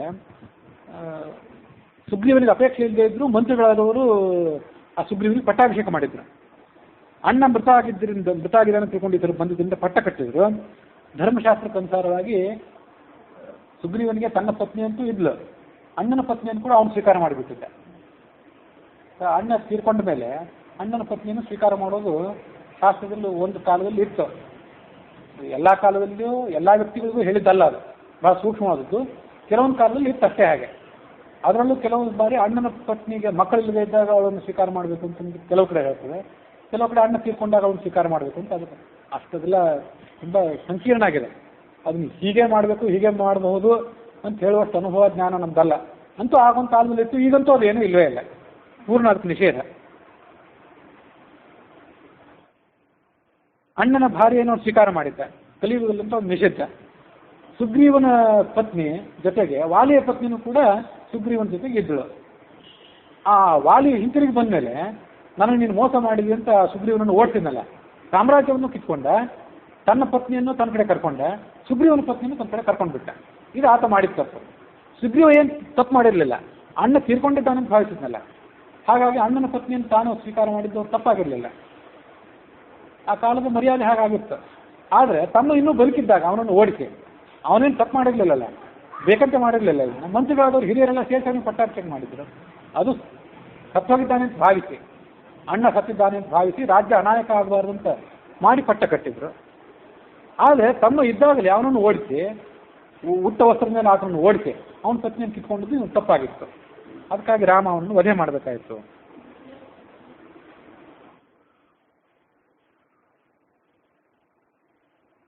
ಧರ್ಮಕ್ಕೆ ವಿರುದ್ಧವಾಗಿ ವರ್ತಿಸಿದ್ದೀನಿ ನೀನು, ನಿನಗೆ ಮರಣದಂಡನೆ ಬಿಟ್ಟು ಬೇರೆ ಯಾವುದೇ ಶಿಕ್ಷೆ ನನಗೆ ನೆನಪಿಗೆ ಬರ್ತಿಲ್ಲ ಅಂತ ರಾಮ. ಇದು ಸ್ವಲ್ಪ ಗಮನಿಸ್ಬೇಕು. ಇವತ್ತು ನಮ್ಮ ಥರ ನಾವು ಪ್ರಜಾಪ್ರಭುತ್ವ, ಆ ಕಾನೂನು, ಕೋರ್ಟ್ ಹೀಗೆಲ್ಲ ಮಾತಾಡ್ತೀವಿ. ಬಹಳ ಅನೈತಿಕ ಸಂಬಂಧಗಳನ್ನು ಮಾಡಿದವರಿಗೂ, ಅತ್ಯಾಚಾರ ಮಾಡಿದವರಿಗೂ ಕೊಡೋ ಶಿಕ್ಷೆಗಳಂಥದ್ದು 10 ವರ್ಷ 20 ವರ್ಷ ಜೀವಾವಧಿ ಶಿಕ್ಷೆ ಮುಗಿದೋಯ್ತು. ಸಂಕಟಪಟ್ಟವ್ರು ಸತ್ತೋಗಿಬಿಟ್ಟಿರ್ತಾರೆ, ನರಳಾಡ್ತಿರ್ತಾರೆ. ಈ ಶಿಕ್ಷೆಗೊಳಗಾದವರು 10 ವರ್ಷ 15 ವರ್ಷ, ಅದರಲ್ಲೂ ಮತ್ತು ಸ್ವಾತಂತ್ರ್ಯ ದಿನಾಚರಣೆ, ರಿಪಬ್ಲಿಕ್ ಡೇ ಅಂತವ್ರು ಮತ್ತು ಅದಕ್ಕೆ ಮಾಫಿ ಬೇರೆ. ಇವತ್ತಿಗೂ ಅಂತ ಬೇರೆ ದೇಶಗಳಲ್ಲಂಥ ಕಠೋರವಾದ ಶಿಕ್ಷೆಗಳಿವೆ ಅಲ್ಲ, ಅರಬ್ ದೇಶಗಳಲ್ಲಿ ಅಂಥ ಶಿಕ್ಷೆ ಆಗೊಮ್ಮೆ ಇತ್ತು, ನಮ್ಮಲ್ಲಿ ಕೂಡ ಇತ್ತು. ಹಾಗಾಗಿ ಅದೇ ಶಿಕ್ಷೆನೇ ಉಚಿತ ಅಂದ. ಇವತ್ತು ಕೂಡ ಅಂಥ ಶಿಕ್ಷೆ, ಕಠೋರವಾದ ಶಿಕ್ಷೆ ಜಾರಿಗೆ ತಂದರೆ ಸ್ವಲ್ಪ ಸುರಕ್ಷಿತ ಆಗ್ತದೆ ದೇಶ. ಅದಲ್ಲದೆ ಉಳಿದಂತೆ ಮಾರ್ಗಗಳು ಅನುಸರಣೆ ಮಾಡ್ತಾ ಹೋದರೆ ಅದು ಶಿಕ್ಷೆನೇ ಅಲ್ಲ. ಅದು ದಂಡಾದನ್ಯತ್ರ ಪಶ್ಚಾಮಿ ನಿಗ್ರಹಂ ಹರಿಯೂತಫ. ದಂಡ, ಮರಣದಂಡನೇ ನಿನಗೆ ಶಿಕ್ಷೆ. ಯಾವನು ತನ್ನ ಮಗಳ ಬಗ್ಗೆ, ತಂಗಿಯ ಬಗ್ಗೆ, ತಮ್ಮನ ಹೆಂಡತಿಯ ಬಗ್ಗೆ ಕಾಮುಕನಾಗಿ ವರ್ತಿಸ್ತಾನೋ ಅವನಿಗೆ ಮರಣದಂಡನೆ ಅಂತಲೇ ಶಾಸ್ತ್ರ ಇದೆ. ಭರತ ಈಗ ಭೂಮಂಡಲಕ್ಕೆ ಚಕ್ರವರ್ತಿ, ನಾವು ಅವನ ಆಜ್ಞಾಧಾರಕರು, ನೀವು ಧರ್ಮ ಅತಿಕ್ರಮಣ ಮಾಡಿದ್ದಿ, ಹಾಗಿರುವಾಗ ನಿಮ್ಮನ್ನು ನಿಗ್ರಹ ಮಾಡಬೇಕಾದ್ರೆ ನಮ್ಮ ಕರ್ತವ್ಯ ಅಂತ ರಾಮ. ಇನ್ನೊಂದು ವಿಷಯ ಕೇಳು, ಸುಗ್ರೀವನ ಜೊತೆಗೆ ನಾನು ಇವತ್ತು ಸ್ನೇಹ ಮಾಡ್ಕೊಂಡಿದ್ದೇನೆ. ಲಕ್ಷ್ಮಣನ ಜೊತೆಗೆ ನನಗೆ ತಮ್ಮ ಅನ್ನೋ ದೃಷ್ಟಿಯಿಂದ ಹೇಗೆ ಸ್ನೇಹ ಇದೆಯೋ ಹಾಗೆ ಸುಗ್ರೀವನ ಜೊತೆಗೆ ಕೂಡ ನನಗೆ ಸ್ನೇಹ ಇರಬೇಕಾದ್ರೆ ನಿಶ್ಚಿತ. ಯಾವ ಕಾರಣಕ್ಕಾಗಿ? ಅವನಿಗೆ ಅನುಕೂಲ ನಾನು ಮಾಡಿಕೊಡ್ಬೇಕು, ನನಗೆ ಅನುಕೂಲ ಆತ ಮಾಡಿಕೊಡ್ಬೇಕು ಅನ್ನೋ ಆಧಾರದ ಮೇಲೆ ಸ್ನೇಹ ಆಗಿದೆ. ಅವನು ನನ್ನ ಶ್ರೇಯಸ್ಸಿನ ಸಾಧನೆಯಲ್ಲಿ ಸರ್ವದಾ ನಿರತ, ಹಾಗೆ ನಾನು ಕೂಡ ಅವನಿಗೆ ಉಪಕಾರ ಮಾಡಬೇಕಾದ್ರೆ ನನ್ನ ಕರ್ತವ್ಯ. ನಾನು ಎಲ್ಲ ವಾನರರನ್ನು ನಡುವಿಟ್ಕೊಂಡು ಅಗ್ನಿ ಸಾಕ್ಷಿಯಾಗಿ ಪ್ರತಿಜ್ಞೆ ಮಾಡಿದೆ. ಹಾಗಾಗಿ ಪ್ರತಿಜ್ಞೆಯನ್ನು ಈಡೇರಿಸಲಿಕ್ಕಾಗಿ ನಾನು ಈ ಕಾರ್ಯ ಮಾಡಬೇಕಾಯಿತು. ಪ್ರತಿಜ್ಞೆಯನ್ನು ಉಲ್ಲಂಘನೆ ಮಾಡುವಂತಿಲ್ಲ. ಇಲ್ಲಿ ಒಂದು ವಿಷಯ ಗಮನಿಸಬೇಕು, ರಾಮ ವಾಲಿ ಏನು ತಪ್ಪು ಮಾಡಿದ ಅಂತ ತಿಳ್ಕೊಳ್ಳೋದಕ್ಕಿಂತ ಮೊದಲೇ ಸುಗ್ರೀವನ ಎದುರಿಗೆ ಪ್ರತಿಜ್ಞೆ ಮಾಡಿಬಿಟ್ಟಿದ್ದ, ವಾಲಿಯನ್ನು ನಾನು ಕೊಲ್ತೇನೆ ಅಂತ ಹೇಳಿ. ಇದು ಬೇರೆ ಯಾರು ಹೀಗೆ ಮಾಡಿಬಿಟ್ಟಿದ್ರೆ ಅವ್ರು ತಪ್ಪಾಗ್ತಿತ್ತು. ಸುಗ್ರೀವ ವಾಲಿ ಇವರಿಬ್ಬರ ನಡುವೆ ತಪ್ಪುಗಾರರು ಯಾರು, ಯಾರ ಕಡೆ ನ್ಯಾಯ ಇದೆ ಯಾರ ಕಡೆ ಅನ್ಯಾಯ ಇದೆ ಅಂತ ಆಲೋಚನೆ ಮಾಡದೆ, ಆಯಿತು ನಾನು ವಾಲಿಯನ್ನು ಕೊಂದು ಬಿಡ್ತೇನೆ, ನಿನಗೆ ಸಾಮ್ರಾಜ್ಯ ಕೊಡಿಸ್ತೇನೆ, ನೀನು ನನಗೆ ಸೀತೆಯನ್ನು ಅನ್ವೇಷಣೆ ಮಾಡಲಿಕ್ಕೆ ಸಹಾಯ ಮಾಡಬೇಕು ಅಂತ ಭರವಸೆ ಕೊಟ್ಬಿಟ್ಟಿದ್ರೆ ಬೇರೆಯವ್ರ ಪಕ್ಷದಲ್ಲಾಗಿದ್ದರೆ ಇದು ತಪ್ಪಾಗ್ತಿತ್ತು. ರಾಮ ಸುಗ್ರೀವನ ಕಡೆಯಿಂದ ವಾಲಿಯ ಕೃತ್ಯಗಳನ್ನೆಲ್ಲ ತಿಳ್ಕೊಳ್ಳೋದಕ್ಕಿಂತ ಮೊದಲೇ ಅವನಿಗೆಲ್ಲ ಗೊತ್ತಿದ್ದಿರಬೇಕದು, ಸರ್ವಜ್ಞಾದಿಂದ ಗೊತ್ತಿದ್ದಿರಬೇಕು. ಮತ್ತೂ ಕಬಂಧ ಅಂತ ರಾಕ್ಷಸ ಇದ್ನಲ್ಲ ಅವನ ಕಡೆಯಿಂದ ಮತ್ತು ಶಬರಿಯ ಕಡೆಯಿಂದ ಸುಗ್ರೀವನ ಸ್ನೇಹ ನೀನು ಮಾಡು, ಅವನು ಧರ್ಮಾತ್ಮ ಅಂತ ರಾಮನಿಗೆ ಉಪದೇಶ ಆಗಿರುತ್ತೆ, ರಾಮನಿಗೆ ಮಾರ್ಗದರ್ಶನ ಆಗಿ ಸೂಚನೆ ಆಗಿರುತ್ತೆ. ವಾಲಿ ಅಧರ್ಮಿಷ್ಠ, ಹಾಗಾಗಿ ಅವನ ಮಾರ್ಗ ಹಿಡಿಯೋದು ಬೇಡ, ಅವನಿಗೆ ಸಹಾಯ ಮಾಡೋದು ಬೇಡ, ಸುಗ್ರೀವನ ಸಹಾಯ ಮಾಡಬೇಕು ಅಂತ ಅವರು ಕೂಡ ಹೇಳ್ಕೊಟ್ಟಿದ್ರು. ಇದು ಲೌಕಿಕ ದೃಷ್ಟಿ. ಸರ್ವಜ್ಞನಾದ್ರಿಂದ ಅವನಿಗೆಲ್ಲ ಗೊತ್ತಾಯ್ತು ಅಂತ ಅಲೌಕಿಕ ದೃಷ್ಟಿ. ಅಂತೂ ಸುಗ್ರೀವನ ಬಾಯಿಂದ ವಾಲಿ ಅಂತವನು ಅಂತ ಕೇಳೋದಕ್ಕಿಂತ ಮೊದಲೇ ಒಂದು ಪ್ರತಿಜ್ಞೆ ಯಾಕೆ ಮಾಡಿದ ಅಂದರೆ ಇದೆಲ್ಲ ತಿಳಿದೇ ಮಾಡಿದ್ದ ಅಂತ ತಿಳ್ಕೊಳ್ಬೇಕು ನಾವು ಕೂಡ.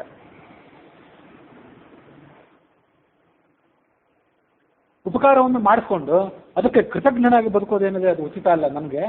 ಹಾಗಾಗಿ ನಾನು ಇಷ್ಟೆಲ್ಲ ರೀತಿಯಿಂದ ಸುಗ್ರೀವನಿಗೆ ಸಹಾಯ ಮಾಡಲೇಬೇಕಾಗಿತ್ತು. ರಾಜಧೃತ ದಂಡಾಸ್ತು ಕೃತ್ವಾ ಪಾಪಾನಿ ಮಾನವಾಹ ನಿರ್ಮಲಾಹ ಸ್ವರ್ಗಮಾಯಾಂತಿ ಸಂತಹ ಸುಕೃತಿನೋ ಯಥ. ಮನುಷ್ಯರಲ್ಲಿ ಈ ಜಗತ್ತಿನಲ್ಲಿ ಬೇಕಾದಷ್ಟು ಪಾಪಗಳನ್ನು ಮಾಡಬಹುದು. ಆದರೆ ರಾಜ ಒಂದು ವೇಳೆ ದಂಡ ಕೊಟ್ಟುಬಿಟ್ರೆ ಆ ಪಾಪದ ಪರಿಹಾರ ಇಲ್ಲೇ ಆದಂತೆ. ನಾಳೆ ಮೇಲೆ ಹೋದಾಗ ಅದಕ್ಕೆ ಹೆಚ್ಚು ಶಿಕ್ಷೆ ಇರ್ಲಿಕ್ಕಿಲ್ಲ. ಆಮೇಲೆ ರಾಜರು ಒಂದು ವೇಳೆ ಸರಿಯಾಗಿ ದಂಡ ಕೊಟ್ಟಿಲ್ಲದೆ ಇದ್ರೆ ನಾಳೆ ಇನ್ನೂ ಪೂರ್ಣವಾದ ಶಿಕ್ಷೆ ಅಲ್ಲಿ. ನಾನಿಲ್ಲಿ ನಿನಗೆ ಪೂರ್ಣವಾದ ಶಿಕ್ಷೆ ಕೊಟ್ಟಿರೋದ್ರಿಂದ ನಿನ್ನ ಪಾಪ ನೀನೆಲ್ಲ ತೊಳ್ಕೊಂಡ್ಬಿಟ್ಟಿದ್ದಿ ಅಂತಂದ. ರಾಜವಿರುದ್ಧ ದಂಡ ಆಗ್ತು. ಹಾಗಾಗಿ ಇವತ್ತು ಮಾಡುವಂಥ ಪಾಪಗಳೇನಿದೆ ಅದಕ್ಕೆಲ್ಲ ನಮ್ಮ ಸರ್ಕಾರ ಸರಿಯಾದ ಶಿಕ್ಷೆ ಕೊಡ್ತಿಲ್ಲ. ಹಾಗಾಗಿ ಪಾಪಿಷ್ಟರಿಗೆಲ್ಲ ಇನ್ನು ಮುಂದೆ ಹೆಚ್ಚಿನ ಶಿಕ್ಷೆ ಕಾದಿದೆ. ನಾವಾಗಿ ಅದು ಸರಿಯಾದ ಶಿಕ್ಷೆ ಸ್ವೀಕಾರ ಮಾಡಿಬಿಟ್ರೆ ಅದು ನಾಳೆ ಹೆಚ್ಚಿನ ಶಿಕ್ಷೆ ನಮಗೆ ಕಾದಿರೋದಿಲ್ಲ. ಅದಕ್ಕಾಗಿ ವೆಂಕಟರಾಮ ಶಾಸ್ತ್ರಿ ಕಥೆ ಹೇಳುವಾಗ ನಾನು ಅವ್ನು ಮಾತಾಡಿದ್ದೆ. ವೆಂಕಟರಾಮ ಶಾಸ್ತ್ರಿ ತನ್ನ ಶಿಕ್ಷೆಯನ್ನು ತಾನೇ ಮೈ ಮೇಲೆ ತೊಗೊಂಡ್ಬಿಟ್ರು ಅವರು. ಇನ್ನು ನಾಳೆ ಯಮನಿಗೆ ಮಾಡಲಿಕ್ಕೆ ಹೆಚ್ಚಿನ ಕಾರ್ಯ ಏನು ಇರಲಿಲ್ಲ ಅವ್ರ ವಿಷಯದಲ್ಲಿ. ನನ್ನ ಮೊಮ್ಮಗು ಬೆಲ್ಲ ತಿನ್ನಬೇಕು ಅಂತ ಅಪೇಕ್ಷೆ ಪಟ್ಟಾಗ ಹೆಂಡತಿ ಕೊಟ್ಟಲಲ್ಲ, ಅದಕ್ಕಾಗಿ ಇನ್ನು ಮುಂದೆ ಹೆಂಡತಿ ಕೈಯಿಂದ ಅಡಿಗೆನೇ ಊಟ ಮಾಡಬಾರ್ದು ಅಂತ ಬಿಟ್ಬಿಟ್ರು ಅವರು. ರಾಮನ ಸಂಪತ್ತು ಅದನ್ನು ನಾನು ಸ್ವೀಕಾರ ಮಾಡಬಾರ್ದು ಅಂತ ಬಿಟ್ಬಿಟ್ರಲ್ಲ. ಸರ್ಕಾರ ಆಗಿದೆ ಅಂತ ಶಿಕ್ಷೆ ಕೊಡ್ತಿರ್ಲಿಲ್ಲ, ಸರ್ಕಾರಕ್ಕೆ ತಾಕತ್ತೇ ಇಲ್ಲ, ತಾವು ಶಿಕ್ಷೆಗೆ ತೊಗೊಂಡ್ಬಿಟ್ರು ಅವರು. ಆದರೆ ನಿಜವಾದ ಸರ್ಕಾರ ಆಗಿದ್ದರೆ, ನಿಜವಾದ ಒಳ್ಳೆ ಆಡಳಿತಕಾರ ಆಗಿದ್ದರೆ ಇಂಥ ಶಿಕ್ಷೆನ ಕೊಡಬೇಕು ಅಂತ ಸೂಚನೆ ಅದು. ಸ್ವರ್ಗಕ್ಕೆ ಹೋಗ್ಬಿಡ್ತಾರಂತ ನೇರವಾಗಿ ಎಲ್ಲ ಪಾಪಗಳನ್ನು ಕಳ್ಕೊಂಡು ರಾಜರ ಕಡೆಯಿಂದ ದಂಡ ತಗೊಂಡ್ರೆ. ಶಾಸನಾದ್ವಾ ವಿಮೋಕ್ಷಾದ್ವಾ ತೇನಃ ತೇಯಾತ್ಮುಚ್ಯತೆ. ಕಳ್ಳತನ ಅಥವಾ ಬೇರೆ ಯಾವುದೇ ಪಾಪ ಮಾಡಿದಾಗ ಅದಕ್ಕೆ ಪ್ರತಿಯಾಗಿ ರಾಜ ಕೊಡುವಂಥ ಶಿಕ್ಷೆ ಏನಿದೆ ಅದು ಶಿಕ್ಷೆ ಯಾವುದೂ ಇರ್ಬೋದು. ಚಡಿಯೇಟಿರ್ಬೋದು, ದೇಶಭ್ರಂಶ ಇರ್ಬೋದು. ಅದರಿಂದ ಪಾಪದ ಪರಿಹಾರ ಆಗಿಬಿಡ್ತದೆ ಆ ಕಳ್ಳನಿಗೆ. ಒಂದು ವೇಳೆ ರಾಜ ಸರಿಯಾದ ಶಿಕ್ಷೆ ಕೊಡದೆ ಹೋದರೆ ಇಬ್ಬರಿಗೂ ಸಮಸ್ಯೆ. ಇವನು ನಾಳೆ ಅಲ್ಲಿ ಕಳ್ಳನೂ ಮೇಲೆ ಹೋದಾಗ ಶಿಕ್ಷೆ ಅನುಭವಿಸ್ಬೇಕು. ಅದು ಕಾದಿದೆ ಅವನಿಗೆ. ಎಷ್ಟು ದೂರ ಎಲ್ಲಿ ಹೋದರೂ ಧರ್ಮದ ಬಾಹುಗಳಿಂದ ನಾವು ನಮ್ಮನ್ನು ತಪ್ಪಿಸ್ಕೊಳ್ಳಾರೆ. ಕಲ್ಪ ಕೋಟಿ ಶತ ಇರುತ್ತೆ, ಕೋಟಿ ಕಲ್ಪಗಳು ಮುಗಿದ್ರು ಯಾರ ಕಣ್ಣಿಗೂ ನಾವು ಮಣ್ಣೆ ಹರಿಸಲಿಕ್ಕೆ ಸಾಧ್ಯ ಇಲ್ಲ. ಎಲ್ಲಕ್ಕಿಂತ ಹೆಚ್ಚಾಗಿ ರಾಜ ಆಡಳಿತಕಾರನಾದವನು ಅವನಿಗೆ ಸರಿಯಾದ ಶಿಕ್ಷೆ ಕೊಡದೆ ಬಿಟ್ಟರೆ, ಧರ್ಮದ ಶಾಸನಗಳನ್ನು ತಿರಸ್ಕಾರ ಮಾಡಿ ನಾವು ಈಗ ನಮಗೆ ಬೇಕಾದಂತೆ ಪೀನಲ್ ಕೋಡ್ಗಳನ್ನು ತಯಾರು ಮಾಡಿ ಅದಂತೆ ಶಿಕ್ಷೆ ಕೊಡ್ತಾ ಹೋದರೆ ರಾಜಲ್ವ ಆ ಪಾಪದ ಒಂದು ಭಾಗ. ಅದನ್ನು ಗಮನಿಸ್ಬೇಕು. ರಾಜನೇ ಆ ಪಾಪಿಷ್ಟಿನ ಪಾಪವನ್ನು ಪಡ್ಕೊಳ್ತಾನೆ.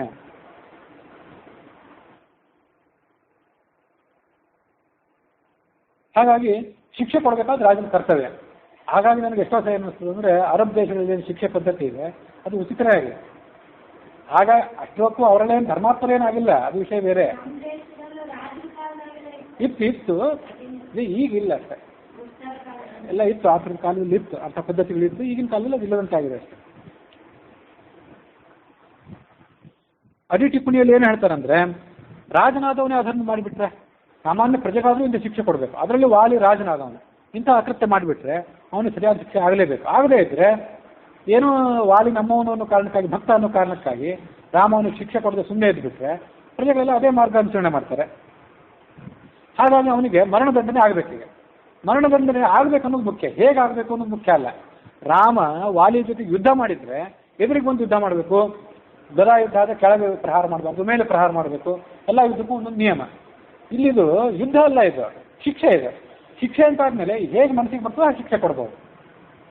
ಪೊಲೀಸನಾದವನು ಕಳ್ಳರನ್ನು ಹಿಂಬಾಲಿಸ್ಕೊಂಡು ಹೊರಟಾಗ 40 ಕಿಲೋಮೀಟರ್ ವೇಗದಲ್ಲಿ ಹೋಗಬೇಕು ಅಂತ ಒಂದು ಮಾರ್ಗದಲ್ಲಿ ಇದ್ದಾಗ, ಮಾರ್ಗದ ನಿಯಮ ಇದ್ದಾಗ, ಆ ಕಳ್ಳ 60 ಕಿಲೋಮೀಟರಲ್ಲಿ ಹೊರಟಾಗ ಪೊಲೀಸನಾದವನು ನಾನು ಕೂಡ 40 ಹೋಗಬೇಕು ಅಂತ ಹೋದರೆ ಆ ಕಳ್ಳ ಇವನಿಗೆ ಎಂದೂ ಸಿಗೋದೇ ಇಲ್ಲ. ಅದನ್ನು ಮೀರಬೇಕಲ್ಲ ಈ ಪೊಲೀಸ್ ಆದವನು. ಅದನ್ನು ಮೀರಿ ಅದು ಕಳ್ಳನನ್ನು ಬಂಧಿಸಿ ಸಮಾಜಕ್ಕೆ ಸುರಕ್ಷೆ ಕೊಡಬೇಕಲ್ಲ, ಅದರಂತೆ ಇವೆಲ್ಲ. ಹಾಗಾಗಿ ಮರಣದಂಡನೆ ಕೊಡಬೇಕು ಅಂದಮೇಲೆ ಹಿಂದೇನೋ ಮುಂದೇನೋ ಕೊಟ್ಟು ಬಿಡೋದ್ರಲ್ಲಿ ಯಾವುದೇ ಅನ್ಯಾಯ ಅನೀತಿ ಅನ್ನೋದಿಲ್ಲ ಅಂತ ನಾವು ತಿಳ್ಕೊಳ್ಬೇಕು.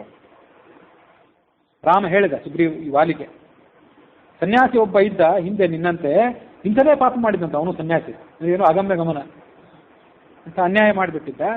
ಆಗ ಮಾಂಧಾತ ರಾಜ ಅಂತಿದ್ದ, ನನ್ನ ವಂಶದಲ್ಲೇ, ಇಕ್ಷ್ವಾಕು ವಂಶದಲ್ಲೇ ಮಾಂಧಾತ ರಾಜ ಅಂತಿದ್ದ. ಅವನು ನನಗೆ ವೃದ್ಧ ಪ್ರಪಿತಾಮಹ, ಮುತ್ತಜ್ಜನ ಮುತ್ತಜ್ಜ ಹೀಗೇನೋ ದೂರದವನು. ಅವನು ಶಾಸ್ತ್ರದಲ್ಲಿ ಮನು ಹೇಳಿದಂತೆ ಘೋರವಾದ ಶಿಕ್ಷೆಯನ್ನು ಆ ಸನ್ಯಾಸಿಗೆ ಕೊಟ್ಟ. ಸನ್ಯಾಸಿ ಅಂತೇನು ಮುಚ್ಚುಮರೆ ಮಾಡಲಿಲ್ಲ. ರಾಜರು ತಮ್ಮ ಕರ್ತವ್ಯವನ್ನು ಏನಾದರೂ ಮಾಡದೇ ಇದ್ರೆ ಪ್ರಜೆಗಳಿಗೆಲ್ಲ ಅದರಿಂದ ತೊಂದರೆ. ಹಾಗಾಗಿ ರಾಜರು ಯಾವತ್ತೂ ಎಚ್ಚರಿಕೆಯಿಂದಿರಬೇಕು, ಶಿಕ್ಷೆ ಕೊಡಲೇಬೇಕು. ಆಗ ರಾಜನೂ ಕ್ಷೇಮದಿಂದಿರಬಹುದು, ಪ್ರಜೆಗಳು ಕ್ಷೇಮದಿಂದಿರಬಹುದು, ಪಾಪ ಮಾಡಿದಂಥವನಿಗೂ ಕೂಡ ಮುಂದೆ ಅದರಿಂದ ಸುರಕ್ಷೆ. ವಾನರನೇ, ನಿನ್ನ ಪರಿತಾಪ, ನಿನ್ನ ಸಂತಾಪ ಕಡಿಮೆ ಮಾಡು. ಧರ್ಮಕ್ಕಾಗಿ ನಾನು ಜಗತ್ತಿನಲ್ಲಿ ಹುಟ್ಟಿ ಬಂದಿದ್ದೇನೆ, ಅದರಂತೆ ನೀನು ವಧೆ ಮಾಡಿದ್ದೇನೆ, ಇದರಲ್ಲಿ ಯಾವುದೇ ತಪ್ಪಿಲ್ಲ. ಮತ್ತೆ ನಾನು ಯಾವುದೇ ಕಾರ್ಯವನ್ನು ಮಾಡಲಿಕ್ಕೂ ಮಾಡದೇ ಇರಲಿಕ್ಕೂ ಸ್ವತಂತ್ರ ಅಲ್ಲ. ರಾಮ ಹೇಳ್ಕೊಂಡ ಆ ಮಾತನ್ನು ಗಮನಿಸ್ಬೇಕು. ಶಾಸ್ತ್ರದ ನಿರ್ದೇಶನದಂತೆ ನಡ್ಕೋಬೇಕು. ನಾನು ರಾಜನಾಗಿ ತನ್ನ ಇಚ್ಛೆಯಿಂದ ನಡ್ಕೊಳ್ಳುವಂತಿಲ್ಲ. ಶಾಸ್ತ್ರ ಏನು ಹೇಳ್ತದೆ ಹಾಗೆ ಮಾಡಬೇಕು, ಶಾಸ್ತ್ರ ಏನು ಹೇಳಿಲ್ಲ ಅದನ್ನು ಮಾಡಬಾರ್ದು. ಇದು ಬರೇ ಅದಷ್ಟೇ ಅಲ್ಲ, ಭಗವಂತನೂ ಕೂಡ ಶಾಸ್ತ್ರದ ಮರ್ಯಾದೆಯನ್ನು ಮೀರೋದಿಲ್ಲ. ಇಂತಿಂಥ ಪಾಪಕ್ಕೆ ಇಂತಿಂತ ಶಿಕ್ಷೆ ಆಗಬೇಕು ಅಂತಿದ್ರೆ ಹಾಗೇ ನಡ್ಕೊಂಡು ಹೋಗ್ತದೆ. ಭಗವಂತ ತನ್ನ ಇಚ್ಛೆಯಂತೆ ಎಂದು ನಡ್ಕೊಂಡಿಲ್ಲ. ಹೀಗೂ ಮಾಡ್ಬೋದು ಭಗವಂತ, ಹೀಗೆ ಮಾಡದೇ ಇರ್ಬೋದು, ಬೇರೆ ಥರ ಮಾಡ್ಬೋದು, ಎಲ್ಲ ಶಕ್ತಿ ಅವನಿಗಿದೆ. ಆದರೆ ಶಾಸ್ತ್ರದ ಮಾತನ್ನು ಎಂದು ಸುಳ್ಳು ಮಾಡಬಾರ್ದು ಅಂತ ಅವನದೊಂದು ಸಂಕಲ್ಪ ಇದೆ. ಹಾಗಾಗಿ ನಾನು ಅಂದರೆ ನಾನು ರಾಜನಾಗಿ, ನಾನು ಭಗವಂತನಾಗಿ ಶಾಸ್ತ್ರದ ಮರ್ಯಾದೆಯನ್ನು ಮೀರಲಿಕ್ಕೆ ನಾನು ಸ್ವತಂತ್ರನಲ್ಲ ಅಂತ ಹೇಳಿದ ಅವನು. ಇನ್ನೂ ಒಂದು ನಿನ್ನನ್ನು ಕೊಲ್ಲಿಕ್ಕೆ ಕಾರಣ ಇದೆ, ಅದನ್ನು ಕೇಳು, ನಿನ್ನ ಸಂತಾಪ ಪೂರ್ಣವಾಗಿ ಹೋಗ್ತದೆ ಅಂದ ರಾಮ. ಅದೇನೆಂದರೆ, ಮನುಷ್ಯರು ಬೇಟೆ ಆಡ್ಬೋದಲ್ಲ, ನೀನು ಒಂದು ಪ್ರಾಣಿ, ನಿನ್ನನ್ನು ಬೇಟೆ ಆಡಲಿಕ್ಕಾಗಿ ನಾನು ಬಂದಿದ್ದೇನೆ ಅಂತ ತಿಳ್ಕೊ. ಮೊದಲನೇ ಉತ್ತರ ನಿನಗೆ ಸಮಾಧಾನ ಆಗದೇ ಇದ್ರೆ, ನಿನ್ನ ಮಾಂಸವನ್ನು ತಿನ್ನಲಿಕ್ಕಾಗಿ ನಾನು ನಿನ್ನನ್ನು ಪ್ರಹಾರ ಮಾಡಲಿಲ್ಲ, ಬೇಟೆ ಅನ್ನೋ ಕಾರಣಕ್ಕಾಗಿ ನಿನ್ನನ್ನು ಹತ್ಯೆ ಮಾಡಬೇಕು ಅಂತ ಮಾಡಿದೆ. ಮೃಗಗಳು ಓಡ್ತಾ ಇರಲಿ, ಹೆದರ್ಕೊಂಡಿರಲಿ, ಕೊಲ್ಲೋದಿಲ್ಲ ಅಂತ ವಿಶ್ವಾಸದಿಂದ ಇರಲಿ, ಆವಾಗ ಮಾಂಸಾರ್ಥಿಗಳಾದಂಥ ಮಾನವರು, ಬೇಟೆ ಆಡಬೇಕು ಅಂತ ಮಾನವರು ಅವುಗಳನ್ನು ಪ್ರಹಾರ ಮಾಡ್ತಾರೆ. ರಾಜರ ಧರ್ಮ ಇದು. ಸಾಮಾನ್ಯವಾಗಿ ರಾಮನು ಕೂಡ ಅಲ್ಲಿ ಬೇಟೆ ಆಡ್ತಿರ್ಲಿಲ್ಲ. ಈಗ ಆ ಸಮರ್ಥನೆಗಾಗಿ ಅದನ್ನು ಹೇಳಿದ ಅಷ್ಟೇ. ಉಳಿದ ರಾಜರಂತೆ ರಾಮ ಬೇಟೆ ಆಡ್ತಿರ್ಲಿಲ್ಲ. ನೀನು ಶಾಖಾಮೃಗ, ಕೊಂಬೆಗಳಲ್ಲಿ ಸಂಚಾರ ಮಾಡುವಂಥ ಮೃಗ ನೀನು. ಸುಗ್ರೀವನ ಜೊತೆಗೆ ನೀನು ಯುದ್ಧ ಮಾಡ್ತಿದ್ದಿ, ನನ್ನ ಜೊತೆ ಯುದ್ಧ ಮಾಡದೇ ಇದ್ರು ನಿನ್ನನ್ನು ನಾನು ಬಾಣದಿಂದ ಕೊಲ್ಲಬೇಕಾಯ್ತು. ಜಗತ್ತಿನಲ್ಲಿ ಧರ್ಮವನ್ನು ಸ್ಥಾಪನೆ ಮಾಡುವವರು, ಅಧರ್ಮವನ್ನು ನಿವಾರಣೆ ಮಾಡುವವರೆಲ್ಲ ರಾಜರೇ. ಇದನ್ನು ತಿಳ್ಕೊ. ನಾನು ರಾಜ ಅನ್ನೋದನ್ನು ತಿಳ್ಕೊಂಡು ನೀನು ಯಾವುದೇ ಕಾರಣಕ್ಕಾಗಿ ರಾಜನ ಮೇಲೆ ಆ ದೋಷಾರೋಪ ಮಾಡಬಾರ್ದು. ಸರಿಯಾಗಿ ತಿಳ್ಕೊಳ್ಳದೆ ಅವನನ್ನು ಆಕ್ಷೇಪ ಮಾಡಬಾರ್ದು. ದೇವಾಹ ಮನುಷ್ಯ ರೂಪೇಣ ಚರಂತ್ಯೇಕೆ ಮಹೀತಲೆ. ಲೋಕಪಾಲವೇ ರಾಜನ ರೂಪದಲ್ಲಿ ಜಗತ್ತಿನಲ್ಲಿ ಸಂಚಾರ ಮಾಡ್ತಿರ್ತಾರೆ, ಅದನ್ನು ತಿಳಿದುಕೋ. ಧರ್ಮವನ್ನು ತಿಳಿಯದೆ ನೀನು ನಾನು ಧರ್ಮವನ್ನು ತಿಳ್ಕೊಂಡು ಮಾಡಿದ ಕೆಲಸವನ್ನು ನಿಂದನೆ ಮಾಡ್ತಿದ್ದಿ, ಅದನ್ನು ಅರ್ಥ ಮಾಡ್ಕೋ. ಹೀಗೆಲ್ಲ ರಾಮ ಹೇಳಿದಾಗ ಆ ವಾಲಿಗೆ ಸಮಾಧಾನ ಆಯ್ತು. ತಾನು ಮಾಡಿದ ಕಾರ್ಯಕ್ಕಾಗಿ ಸಮಾಧಾನ ಚಿತ್ತನಾದ. ರಾಮನಲ್ಲಿ ಯಾವುದೇ ದೋಷವೂ ಅವನಿಗೆ ಕಾಣಲೇ ಇಲ್ಲ. ನಿನ್ನೆಂತೂ ಹೇಳಿದ್ದೆ, ಆನಂದ ರಾಮಾಯಣಕ್ಕೆ ಅನುಸಾರವಾಗಿ ಅದು ಮೊದಲೇ ಸಾಯಲಿಕ್ಕೆ ಸಿದ್ಧನಾಗಿದ್ದ. ತಾನು ಮಾಡಿದ ತಪ್ಪನ್ನು ತನ್ನ ಹೆಂಡತಿ ಮುಂದೆ ಹೇಳ್ಕೊಂಡ್ಬಿಟ್ಟಿದ್ದೆ. ತಮ್ಮನ ಪತ್ನಿಯನ್ನು ನಾನು ಕಿತ್ಕೊಂಡೆ, ಆ ತಪ್ಪಿಗಾಗಿ ನಾನು ಇವತ್ತು ರಾಮನ ಬಾಣಕ್ಕೆ ತುತ್ತಾಗ್ತೇನೆ. ನನ್ನ ಕುತ್ತಿಗೆಯಲ್ಲಿ ಯಾವಾಗಲೂ ಸುರಕ್ಷೆಯಾಗಿರ್ತಿದ್ದಂಥ ಹಾರ ಇದೆಯಲ್ಲ, ಅದು ಕಳವಾಗಿದೆ, ಅದು ನನ್ನ ಮರಣದ ಸೂಚನೆ ಆಗಿದೆ. ಹಾಗಾಗಿ ನೀವು ಚಿಂತೆ ಮಾಡಬೇಡ ಅಂತ ಹೇಳಿಬಿಟ್ಟಿದ್ದ ಆನಂದ ರಾಮಾಯಣದ ವಾಲಿ. ರಾಮಾಯಣದ ಪಾತ್ರ ಚಿತ್ರಣಗಳನ್ನು ಮಾಡುವಾಗ ಕೆಲವೊಂದ್ಸರಿ ಕೇವಲ ವಾಲ್ಮೀಕಿ ರಾಮಾಯಣದ ಆಧಾರದಲ್ಲಿ ಮಾಡಿದ್ರೆ, ಇಂಥದನ್ನೂ ಮಾಡಿದರೆ ಇದು ಆ ವಾಲಿಯ ಪಾತ್ರಕ್ಕೆ ಮತ್ತೊಂದಷ್ಟು ಶೋಭೆ, ಮತ್ತೊಂದಷ್ಟು ಮಹತ್ವ ಅದಕ್ಕೆ.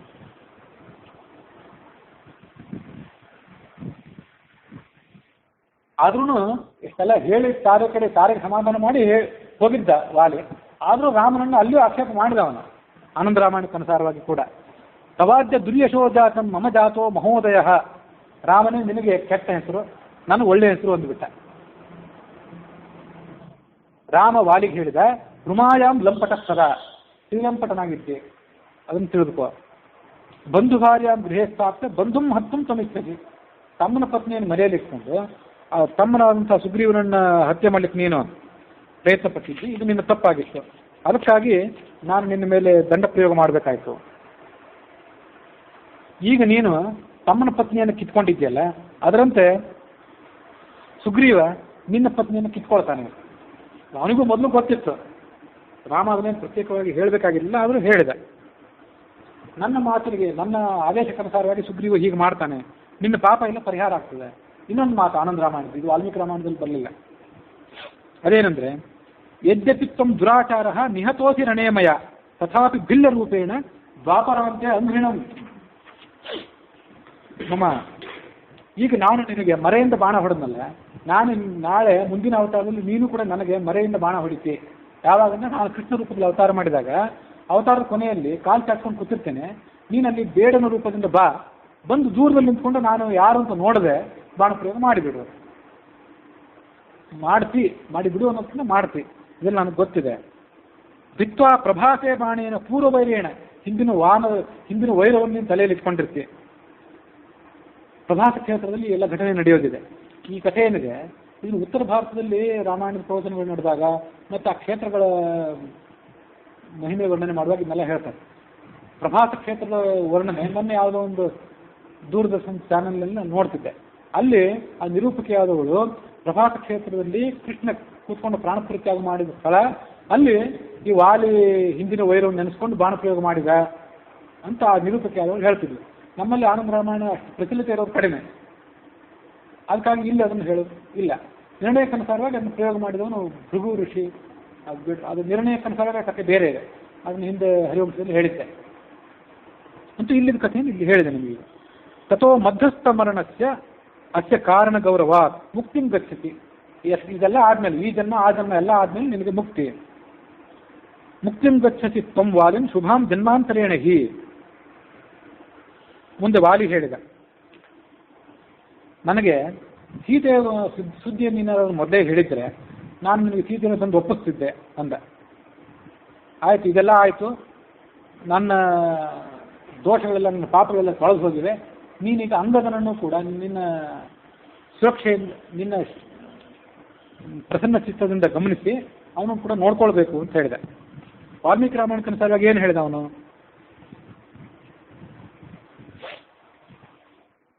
ವಾಲ್ಮೀಕಿ ರಾಮಾಯಣಕ್ಕನುಸಾರವಾಗಿ, ತಾತ್ಪರ್ಯಕ್ಕನುಸಾರವಾಗಿ ಇದನ್ನೆಲ್ಲ ಶ್ರವಣ ಮಾಡಿದ್ವಿ.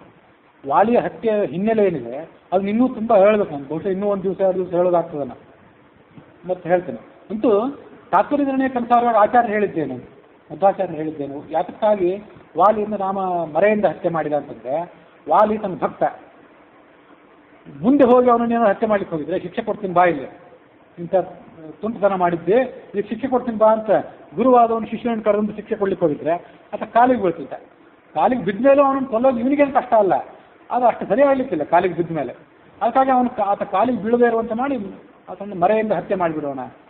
ಭಕ್ತ ಆದ್ದರಿಂದ ಅವನನ್ನು ಆ ಥರ ಸಂಹಾರ ಮಾಡೋಣ ಅಂತ ರಾಮ ಆಲೋಚನೆ ಮಾಡಿ ಅವನನ್ನು ಮರೆಯಿಂದ ಹತ್ಯೆ ಮಾಡಿದ ಅಂತ ತಾತ್ಪರ್ಯ ನಿರ್ಣಯ ಹೇಳ್ತದೆ.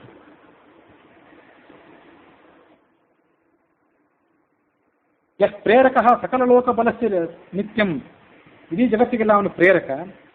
ಅಂಥವನು ರಾಮ ಎದುರಿಗೆ ಬಂದು ವಾಲಿಯನ್ನು ಹತ್ಯೆ ಮಾಡಿದ್ರು ವಾಲಿಗೆ ಅವನಿಗೆ ಏನು ಮಾಡ್ಲಿಕ್ಕೆ ಆಗ್ತಿರ್ಲಿಲ್ಲ. ಎಂಥ ಮಾಲೆ ಅವನ ಕುತ್ತಿಗೆಯಲ್ಲಿದ್ರೇನು, ಏನು ಶಕ್ತಿ ಅವನಲ್ಲಿದ್ರೇನು. ಹಿಂದೆ ಎಂತೆಂಥ ಪರಾಕ್ರಮವನ್ನು ತೋರಿಸಿದವನು ರಾಮವನು. ನಾನು ಯಾಕೆ ಇಂಥ ಕೆಲಸವನ್ನು ಅವನು ಯಾಕೆ ಆ ಥರ ಮಾಡಿದ ಅಂತಂದ್ರೆ, ಭಕ್ತ ಆದ್ರಿಂದ ಕಾರ್ಯಲ್ಲಿ ಅಭೀಷ್ಟಮಪಿ ಪ್ರಣತಸ್ಯ ಪೂರ್ವಂ ಶಸ್ತ್ರೋ ವಧೋ ನ ಪದಯೋ ಪ್ರಣತಸ್ಯ ಚೈವ. ಏನು ವಾಲಿ ರಾಮನ ನೋಡಿಬಿಟ್ಟಿದ್ರೆ ನಿಶ್ಶಂಕೆಯಿಂದ ಬಂದು ರಾಮನಿಗೆ ನಮಸ್ಕಾರ ಮಾಡಿಬಿಡ್ತಿದ್ದ. ಭಕ್ತೋ ಮಮೈಷ ಯದಿ ಮಾಂ ಅಭಿಪಶ್ಯತಿ, ನನ್ನ ನೋಡಿದ್ರೆ ನಮಸ್ಕಾರ ಮಾಡಿಬಿಡ್ತಿದ್ದ. ಯೋಗ್ಯೋ ವಧಃ ನಹಿ ಜನಸ್ಯ ಪದಾನತಸ್ಯ, ಕಾಲಿಗಿದ್ದವನನ್ನು ಸಂಹಾರ ಮಾಡೋದು ಉಚಿತ ಅಲ್ಲ. ಅದಕ್ಕಾಗಿ ಅವನಿಗೆ ಕಾಣದಂತೆ ರಾಮ ಹಿಂಭಾಗದಿಂದ ಬಾಣ ಪ್ರಯೋಗ ಮಾಡಿದ. ಸುಗ್ರೀವನಿಗೂ ಕೂಡ ನಾನು ಅಭಯ ಕೊಟ್ಟಿದ್ದೆ, ಸುಗ್ರೀವ ಇವನು ಸಂಹಾರನೇ ಆಗಬೇಕು, ಯಾವುದೇ ಕ್ಷಣಕ್ಕೂ ವಾಲಿ ಜೊತೆಗೆ ಸಂಧಾನ ಇಲ್ಲ ಅಂತ ಸುಗ್ರೀವನ ಹಠ. ಆ ಕಡೆ ಅವನ ಅಪೇಕ್ಷೆ ಈಡೇರಬೇಕು, ಈ ಭಕ್ತನಿಗೂ ಸದ್ಗತಿ ಆಗಬೇಕು, ಅದಕ್ಕಾಗಿ ಹೀಗೆ ಮಾಡಿದ ಅಂತ ನಿರ್ಣಯ ಹೇಳ್ತದೆ ಕಥೆ. ಒಂದು ವೇಳೆ ವಾಲಿ ಆತನ ಮುಂದೆ ನೋಡಿದ್ರು ಕೂಡ, ಮುಂಭಾಗದಲ್ಲೇ ರಾಮ ಹತ್ಯೆ ಮಾಡ್ಲಿಕ್ಕೆ ಬಂದಿದ್ರು, ವಾಲಿಗೆ ಏನು ಕೂಡ ಮಾಡ್ಲಿಕ್ಕೆ ಆಗ್ತಿರ್ಲಿಲ್ಲ. ಉಜ್ಜೀವಯಿಷ್ಯ ಇತಿ ನೈಚ್ಛದ ಸೌತ ತದಗ್ರೆ, ತಾತ್ಪರ್ಯ ನಿರ್ಣಯಕ್ಕನುಸಾರವಾಗಿ ರಾಮ ವಾಲಿಗೆ ಹೇಳಿದ, ನಿನಗೆ ಇಷ್ಟು ಮೇಲೆ ಅಪೇಕ್ಷೆ ಇದ್ರೆ ನೀನು ಬದುಕಿಸ್ತೇನೆ, ನೀನು ಬದುಕೋದೇ ನನಗೆ ಕಷ್ಟ ಅಲ್ಲ ಅಂತ. ಕೋನಾಮನೇಚ್ಛತಿ ಮೃತಿಂ ಪುರುಷೋತ್ತಮ ಐತೆ, ನಿನ್ನ ಬಾಣ ನನಗೆ ತಾಗಿದೆ, ಇನ್ನು ಇದಕ್ಕಿಂತ ಸದ್ಯಕ್ಕೆ ನನಗೆ ಬೇರೆದಿಲ್ಲ, ನನಗೆ ಇನ್ನು ಜೀವನ ಮಾಡೋ ಅಪೇಕ್ಷೆನೇ ಇಲ್ಲ, ಯಾರಿಗಂತ ಅಪೇಕ್ಷೆ ಬರ್ತದೆ ನಿನ್ನ ಕೈಯಿಂದ ಮರಣ ಅಪ್ಪಿದ ಮೇಲೆ ಮತ್ತೊಂದು ಸರಿ ಬದುಕಿ ಬರಬೇಕು ಅಂತ? ನನಗದು ಬೇಕಾಗಿಲ್ಲ ಅಂತಂದ ಅವನು, ವಾಲಿ ಆದವನು.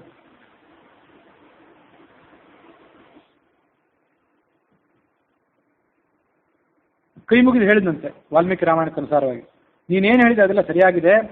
ನಿನ್ನಂಥ ಪುರುಷೋತ್ತಮನಿಗೆ ನನ್ನಂಥ ಕ್ಷುದ್ರ ಮನುಷ್ಯ ಧರ್ಮೋಪದೇಶ ಮಾಡಲಿಕ್ಕೆ ಸಮರ್ಥನಲ್ಲ. ಎಲ್ಲ ಧರ್ಮಾಧರ್ಮಗಳನ್ನು ನೀನು ತಿಳ್ಕೊಂಡಿದ್ದಿ, ಪ್ರಜೆಗಳ ಹಿತದಲ್ಲಿ ನೀನು ಯಾವತ್ತೂ ನೀನು ಆಸಕ್ತನಾಗಿದ್ದಿ. ನೀನು ಧರ್ಮಜ್ಞಾನಿಗಳಲ್ಲಿ ಶ್ರೇಷ್ಠ, ನಾನು ಧರ್ಮಭ್ರಷ್ಟಗಳಲ್ಲಿ ಶ್ರೇಷ್ಠ. ನನ್ನನ್ನು ನೀನು ಕಾಪಾಡಬೇಕು ಅಂದ ಅವನು. ನಾನು ಅವಸಾನ ಹೊಂದುತ್ತಿದ್ದೀನಿ ಅನ್ನೋದಕ್ಕೆ ದುಃಖ ಪಡ್ತಿಲ್ಲ, ತಾರೆ ವಿಷಯಕ್ಕೂ ನಾನು ದುಃಖ ಪಡ್ತಿಲ್ಲ, ಯಾವ ಬಂಧುಗಳ ಸಲುವಾಗಿ ದುಃಖ ಪಡ್ತಿಲ್ಲ. ನನ್ನ ಮಗ ಇದ್ದಾನಲ್ಲ ಅಂಗದ, ಅವನ ಸಲುವಾಗಿ ನನ್ನ ದುಃಖ. ಆತ ಇನ್ನು ಬಾಡಿ ಹೋಗ್ತಾನೆ, ಅವನು ಪರಿಪಾಲಕರಿಲ್ಲ ಅಂತ ಆಗ್ತಾರೆ. ಅವನನ್ನು ನೀನು ರಕ್ಷಣೆ ಮಾಡಬೇಕು. ಅಂಗದ, ಸುಗ್ರೀವ ಇವರೆಲ್ಲರನ್ನೂ ನೀನು ರಕ್ಷಣೆ ಮಾಡಬೇಕು. ಭರತ ಲಕ್ಷ್ಮಣರನ್ನು ನೀನು ಹೇಗೆ ನಡೆಸ್ಕೋತೀಯೋ, ಹೇಗೆ ವಾತ್ಸಲ್ಯದಿಂದ ಕಾಪಾಡ್ತೀಯೋ ಹಾಗೆ ಇವರಿಬ್ಬರನ್ನು ಕಾಪಾಡಬೇಕು. ಸುಗ್ರೀವ ಒಂದು ವೇಳೆ ಯಾವ್ದಾರ ಕಾರಣಕ್ಕಾಗಿ ಕುಪಿತನಾಗಿ ತಾರೆಯ ಮೇಲೆ ಯಾವುದೇ ರೀತಿಯಾದ ಅನ್ಯಾಯದ ವರ್ತನೆ ಮಾಡಬಾರ್ದು, ಅದನ್ನು ತಿರಸ್ಕಾರ ಮಾಡಬಾರ್ದು, ಹಾಗೆ ನೋಡ್ಕೋ ಅಂದ. ನಾನು ಸುಗ್ರೀವರ ವಿಷಯದಲ್ಲಿ ಅಪರಾಧ ಮಾಡಿರೋದ್ರಿಂದ, ನಾನು ಅಪರಾಧ ಮಾಡಿದರೆ ನನ್ನ ಅರ್ಧಾಂಗಿನಿಯಾದಂಥ ತಾರೆಯೂ ಕೂಡ ಸುಗ್ರೀವನಿಗೆ ಅಪರಾಧ ಮಾಡಿದಂತಾಯಿತು. ನಾಳೆ ಸುಗ್ರೀವ ಪಟ್ಟಾಭಿಷಿಕ್ತನಾದ್ಮೇಲೆ ತಾರೆಯನ್ನು ತಿರಸ್ಕಾರ ಮಾಡಬಾರ್ದು, ಅವಳಿಗೆ ಯಾವುದೇ ಮಾನ ಸನ್ಮಾನದಿಂದ ಹೀನರನ್ನಾಗಿ ಮಾಡಬಾರ್ದು. ಅದೆಲ್ಲ ನಿಮ್ಮ ಜವಾಬ್ದಾರಿ ಅಂದ ವಾಲಿ. ಸುಗ್ರೀವ ನಿನ್ನ ಅನುಗ್ರಹದಿಂದ ಈ ಭೂಮಂಡಲವನ್ನೆಲ್ಲ ಪರಿಪಾಲನೆ ಮಾಡ್ತಾನೆ, ನಿನ್ನ ಕಾರ್ಯನೂ ಮಾಡಿಕೊಡ್ತಾನೆ. ಇನ್ನೊಂದು ವಿಷಯ ನಿನಗೆ ಗೊತ್ತಿರಲಿ, ಯುದ್ಧಕ್ಕೆ ನಾನು ಹೊರತಾಗ ತಾರೆ ನನ್ನನ್ನು ತಡೆದಿದ್ಲು, ನಿನ್ನ ಕಡೆಯಿಂದ ಮರಣ ಹೊಂದಬೇಕು ಅಂತ ನನಗೂ ಅಪೇಕ್ಷೆ ಇತ್ತು. ಅದಕ್ಕಾಗಿ ನಾನು ಅವ್ರು ತಡೆದ್ರು ಬಂದೆ ಅಂತ ಹೇಳಿದ. ವಾಲ್ಮೀಕಿ ರಾಮಾಯಣದ ವಾಲಿನೂ ಆನಂದ ರಾಮಾಯಣದ ವಾಲಿ ಇಬ್ರು ರಾಮನ ಕಡೆಯಿಂದ ಮರಣ ಅಪ್ಪಬೇಕು ಅಂತ ಅಪೇಕ್ಷೆ ಇದ್ದವರಾಗಿದ್ದರು. ಆಗ ರಾಮ ಹೇಳಿದ, ಏನೂ ಅಂಗದನ ವಿಷಯಕ್ಕೂ ಏನೂ ಪರಿತಾಪ ಪಡೋ ಕಾರಣ ಇಲ್ಲ. ಯಾರ ಬಗ್ಗೆನೂ ಕೂಡ ಯಾವುದೇ ಕಹಿಭಾವನೆಯನ್ನು ಇಟ್ಕೊಳ್ಬೇಡ. ನಿನ್ನನ್ನು ಸಂಹಾರ ಮಾಡಬೇಕು ಅನ್ನೋದು ನಮ್ಮ ಧಾರ್ಮಿಕ ನಿಶ್ಚಯ ಆಗಿತ್ತು, ಹಾಗೆ ನಾನು ಸಂಹಾರ ಮಾಡಿದೆ. ಧಾರ್ಮಿಕ ಕಾರ್ಯಗಳನ್ನು ಈಡೇರಿಸಿದಂತಹ ರಾಜರು ಯಾವತ್ತೂ ಕೂಡ ಭ್ರಷ್ಟರಾಗೋದಿಲ್ಲ. ನಾನೂ ಭ್ರಷ್ಟನಾಗಿಲ್ಲ, ನೀನು ಕೂಡ ಭ್ರಷ್ಟನಾಗಿಲ್ಲ, ಪಾಪರಹಿತನಾಗಿದ್ದೀನಿ. ನೀನು ಅದರ ಮೂಲಕವಾಗಿ ಸದ್ಗತಿಯನ್ನು ಪಡ್ಕೊಳ್ತೀವಿ, ಶುದ್ಧಾಂತಕರಣನಾಗಿದ್ದಿ. ನೀನು ದೋಷಗಳನ್ನೆಲ್ಲ ನೀನು ತೊಳ್ಕೊಂಡಿದ್ದಿ. ನಿನಗೆ ಅಂಗದನ ಮೇಲೆ ಏನು ಪ್ರೀತಿ ಇದೆ, ಅದೇ ಪ್ರೀತಿಯನ್ನು ನಾನು ಸುಗ್ರೀವನು ಕೂಡ ಅವನ ಮೇಲೆ ಇಡ್ತೇವೆ. ನಾಳೆ ಮುಂದಿನ ದಿವಸ ಆ ವಾಲಿ ವಧದ ಮತ್ತಷ್ಟು ವಿಮರ್ಶೆ ನಾವು ಮಾಡುವಾಗ ಅದನ್ನೆಲ್ಲ ನೋಡ್ತೀವಿ. ಅವನ ವಾಲಿಯ ಶರೀರದ ಸಪ್ತ ಧಾತುಗಳು, ರಕ್ತ, ಮಾಂಸ, ಮೇದೋ, ಮಜ್ಜ, ವೀರ್ಯ ಮೊದಲಾದ ಎಲ್ಲ ಧಾತುಗಳು ಕಲುಷಿತ ಆಗಿದ್ದು ಅಂತ ಬರ್ತದೆ. ಎಷ್ಟೋ ವ್ಯಾಖ್ಯಾನಕಾರರು ಹಾಗೆ ಮಾಡ್ತಾರೆ. ಯಾಕೆಂದರೆ ಲಂಪಟತನದಿಂದಾಗಿ. ಅದಕ್ಕೆ ಪರಿಹಾರ ಏನು ಅಂದರೆ ಅದೆಲ್ಲ ಸುಟ್ಟಾಕೋದೇ ಪರಿಹಾರ ಇದೆ. ರಾಮದ ಬಾಣದ ಮೂಲಕ ಅದೆಲ್ಲ ಸುಟ್ಟೋಗಬೇಕಾಗಿತ್ತು. ಅವನನ್ನು ಶರಣಾಗತನನ್ನಾಗಿ ಮಾಡಿಕೊಂಡು ಆಯ್ತಪ್ಪ ನಿನ್ನ ತಪ್ಪಿನ ಕ್ಷಮಿಸಿದ್ದೇನೆ ಅಂತ ಮಾತಾಡಿಬಿಟ್ಟಿದ್ರೆ ಅವನು ತನ್ನ ದುಷ್ಪ್ರವೃತ್ತಿಯನ್ನು ಅವನು ಬಿಡಬಹುದಿತ್ತು. ಅದು ಪೂರ್ಣವಾಗಿ ಸಶರೀರವಾಗಿ ಅದೆಲ್ಲ ಬೆಂದು ಹೋಗಬೇಕಾದ್ರೆ ಇದು ಶಿಕ್ಷೆ ಅಂತ ಮುಂದೆ ನಾವು ಇನ್ನು ನೋಡ್ತೇವೆ. ರಾಮನ ಮಾತನ್ನೆಲ್ಲ ಅವನು ಕೇಳಿದಂತೆ.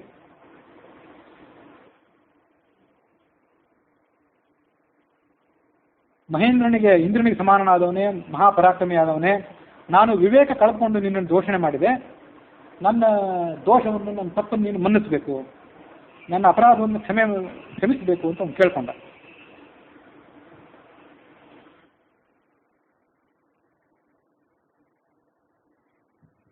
ಅಧುನಾ ಪ್ರಾರ್ಥಯಾಮಿತ್ವ ಅಂಗದಂ ಪರಿಪಾಲಯ, ಅಂಗದನ್ನು ಪರಿಪಾಲನೆ ಮಾಡುವಂತ ಆನಂದ ರಾಮಾಯಣದಲ್ಲಿ ಕೂಡ ಕೇಳ್ಕೊಂಡ. ಇತ್ಯುಕ್ತ ಸತತ ವಾಲಿ ಜಹೌ ಪ್ರಾಣ ರಣಾಂಗಣೆ, ಅಲ್ಲಿಗೆ ಆತ ಪ್ರಾಣ ಪರಿತ್ಯಾಗ ಮಾಡಿದ ಅನ್ನುವಲ್ಲಿಗೆ ವಾಲ್ಮೀಕಿ ರಾಮಾಯಣದ ಕಿಷ್ಕಿಂಧಾಕಾಂಡದ 18ನೇ ಸರ್ಗ ಸಮಾಪ್ತ ಆಗಿದೆ.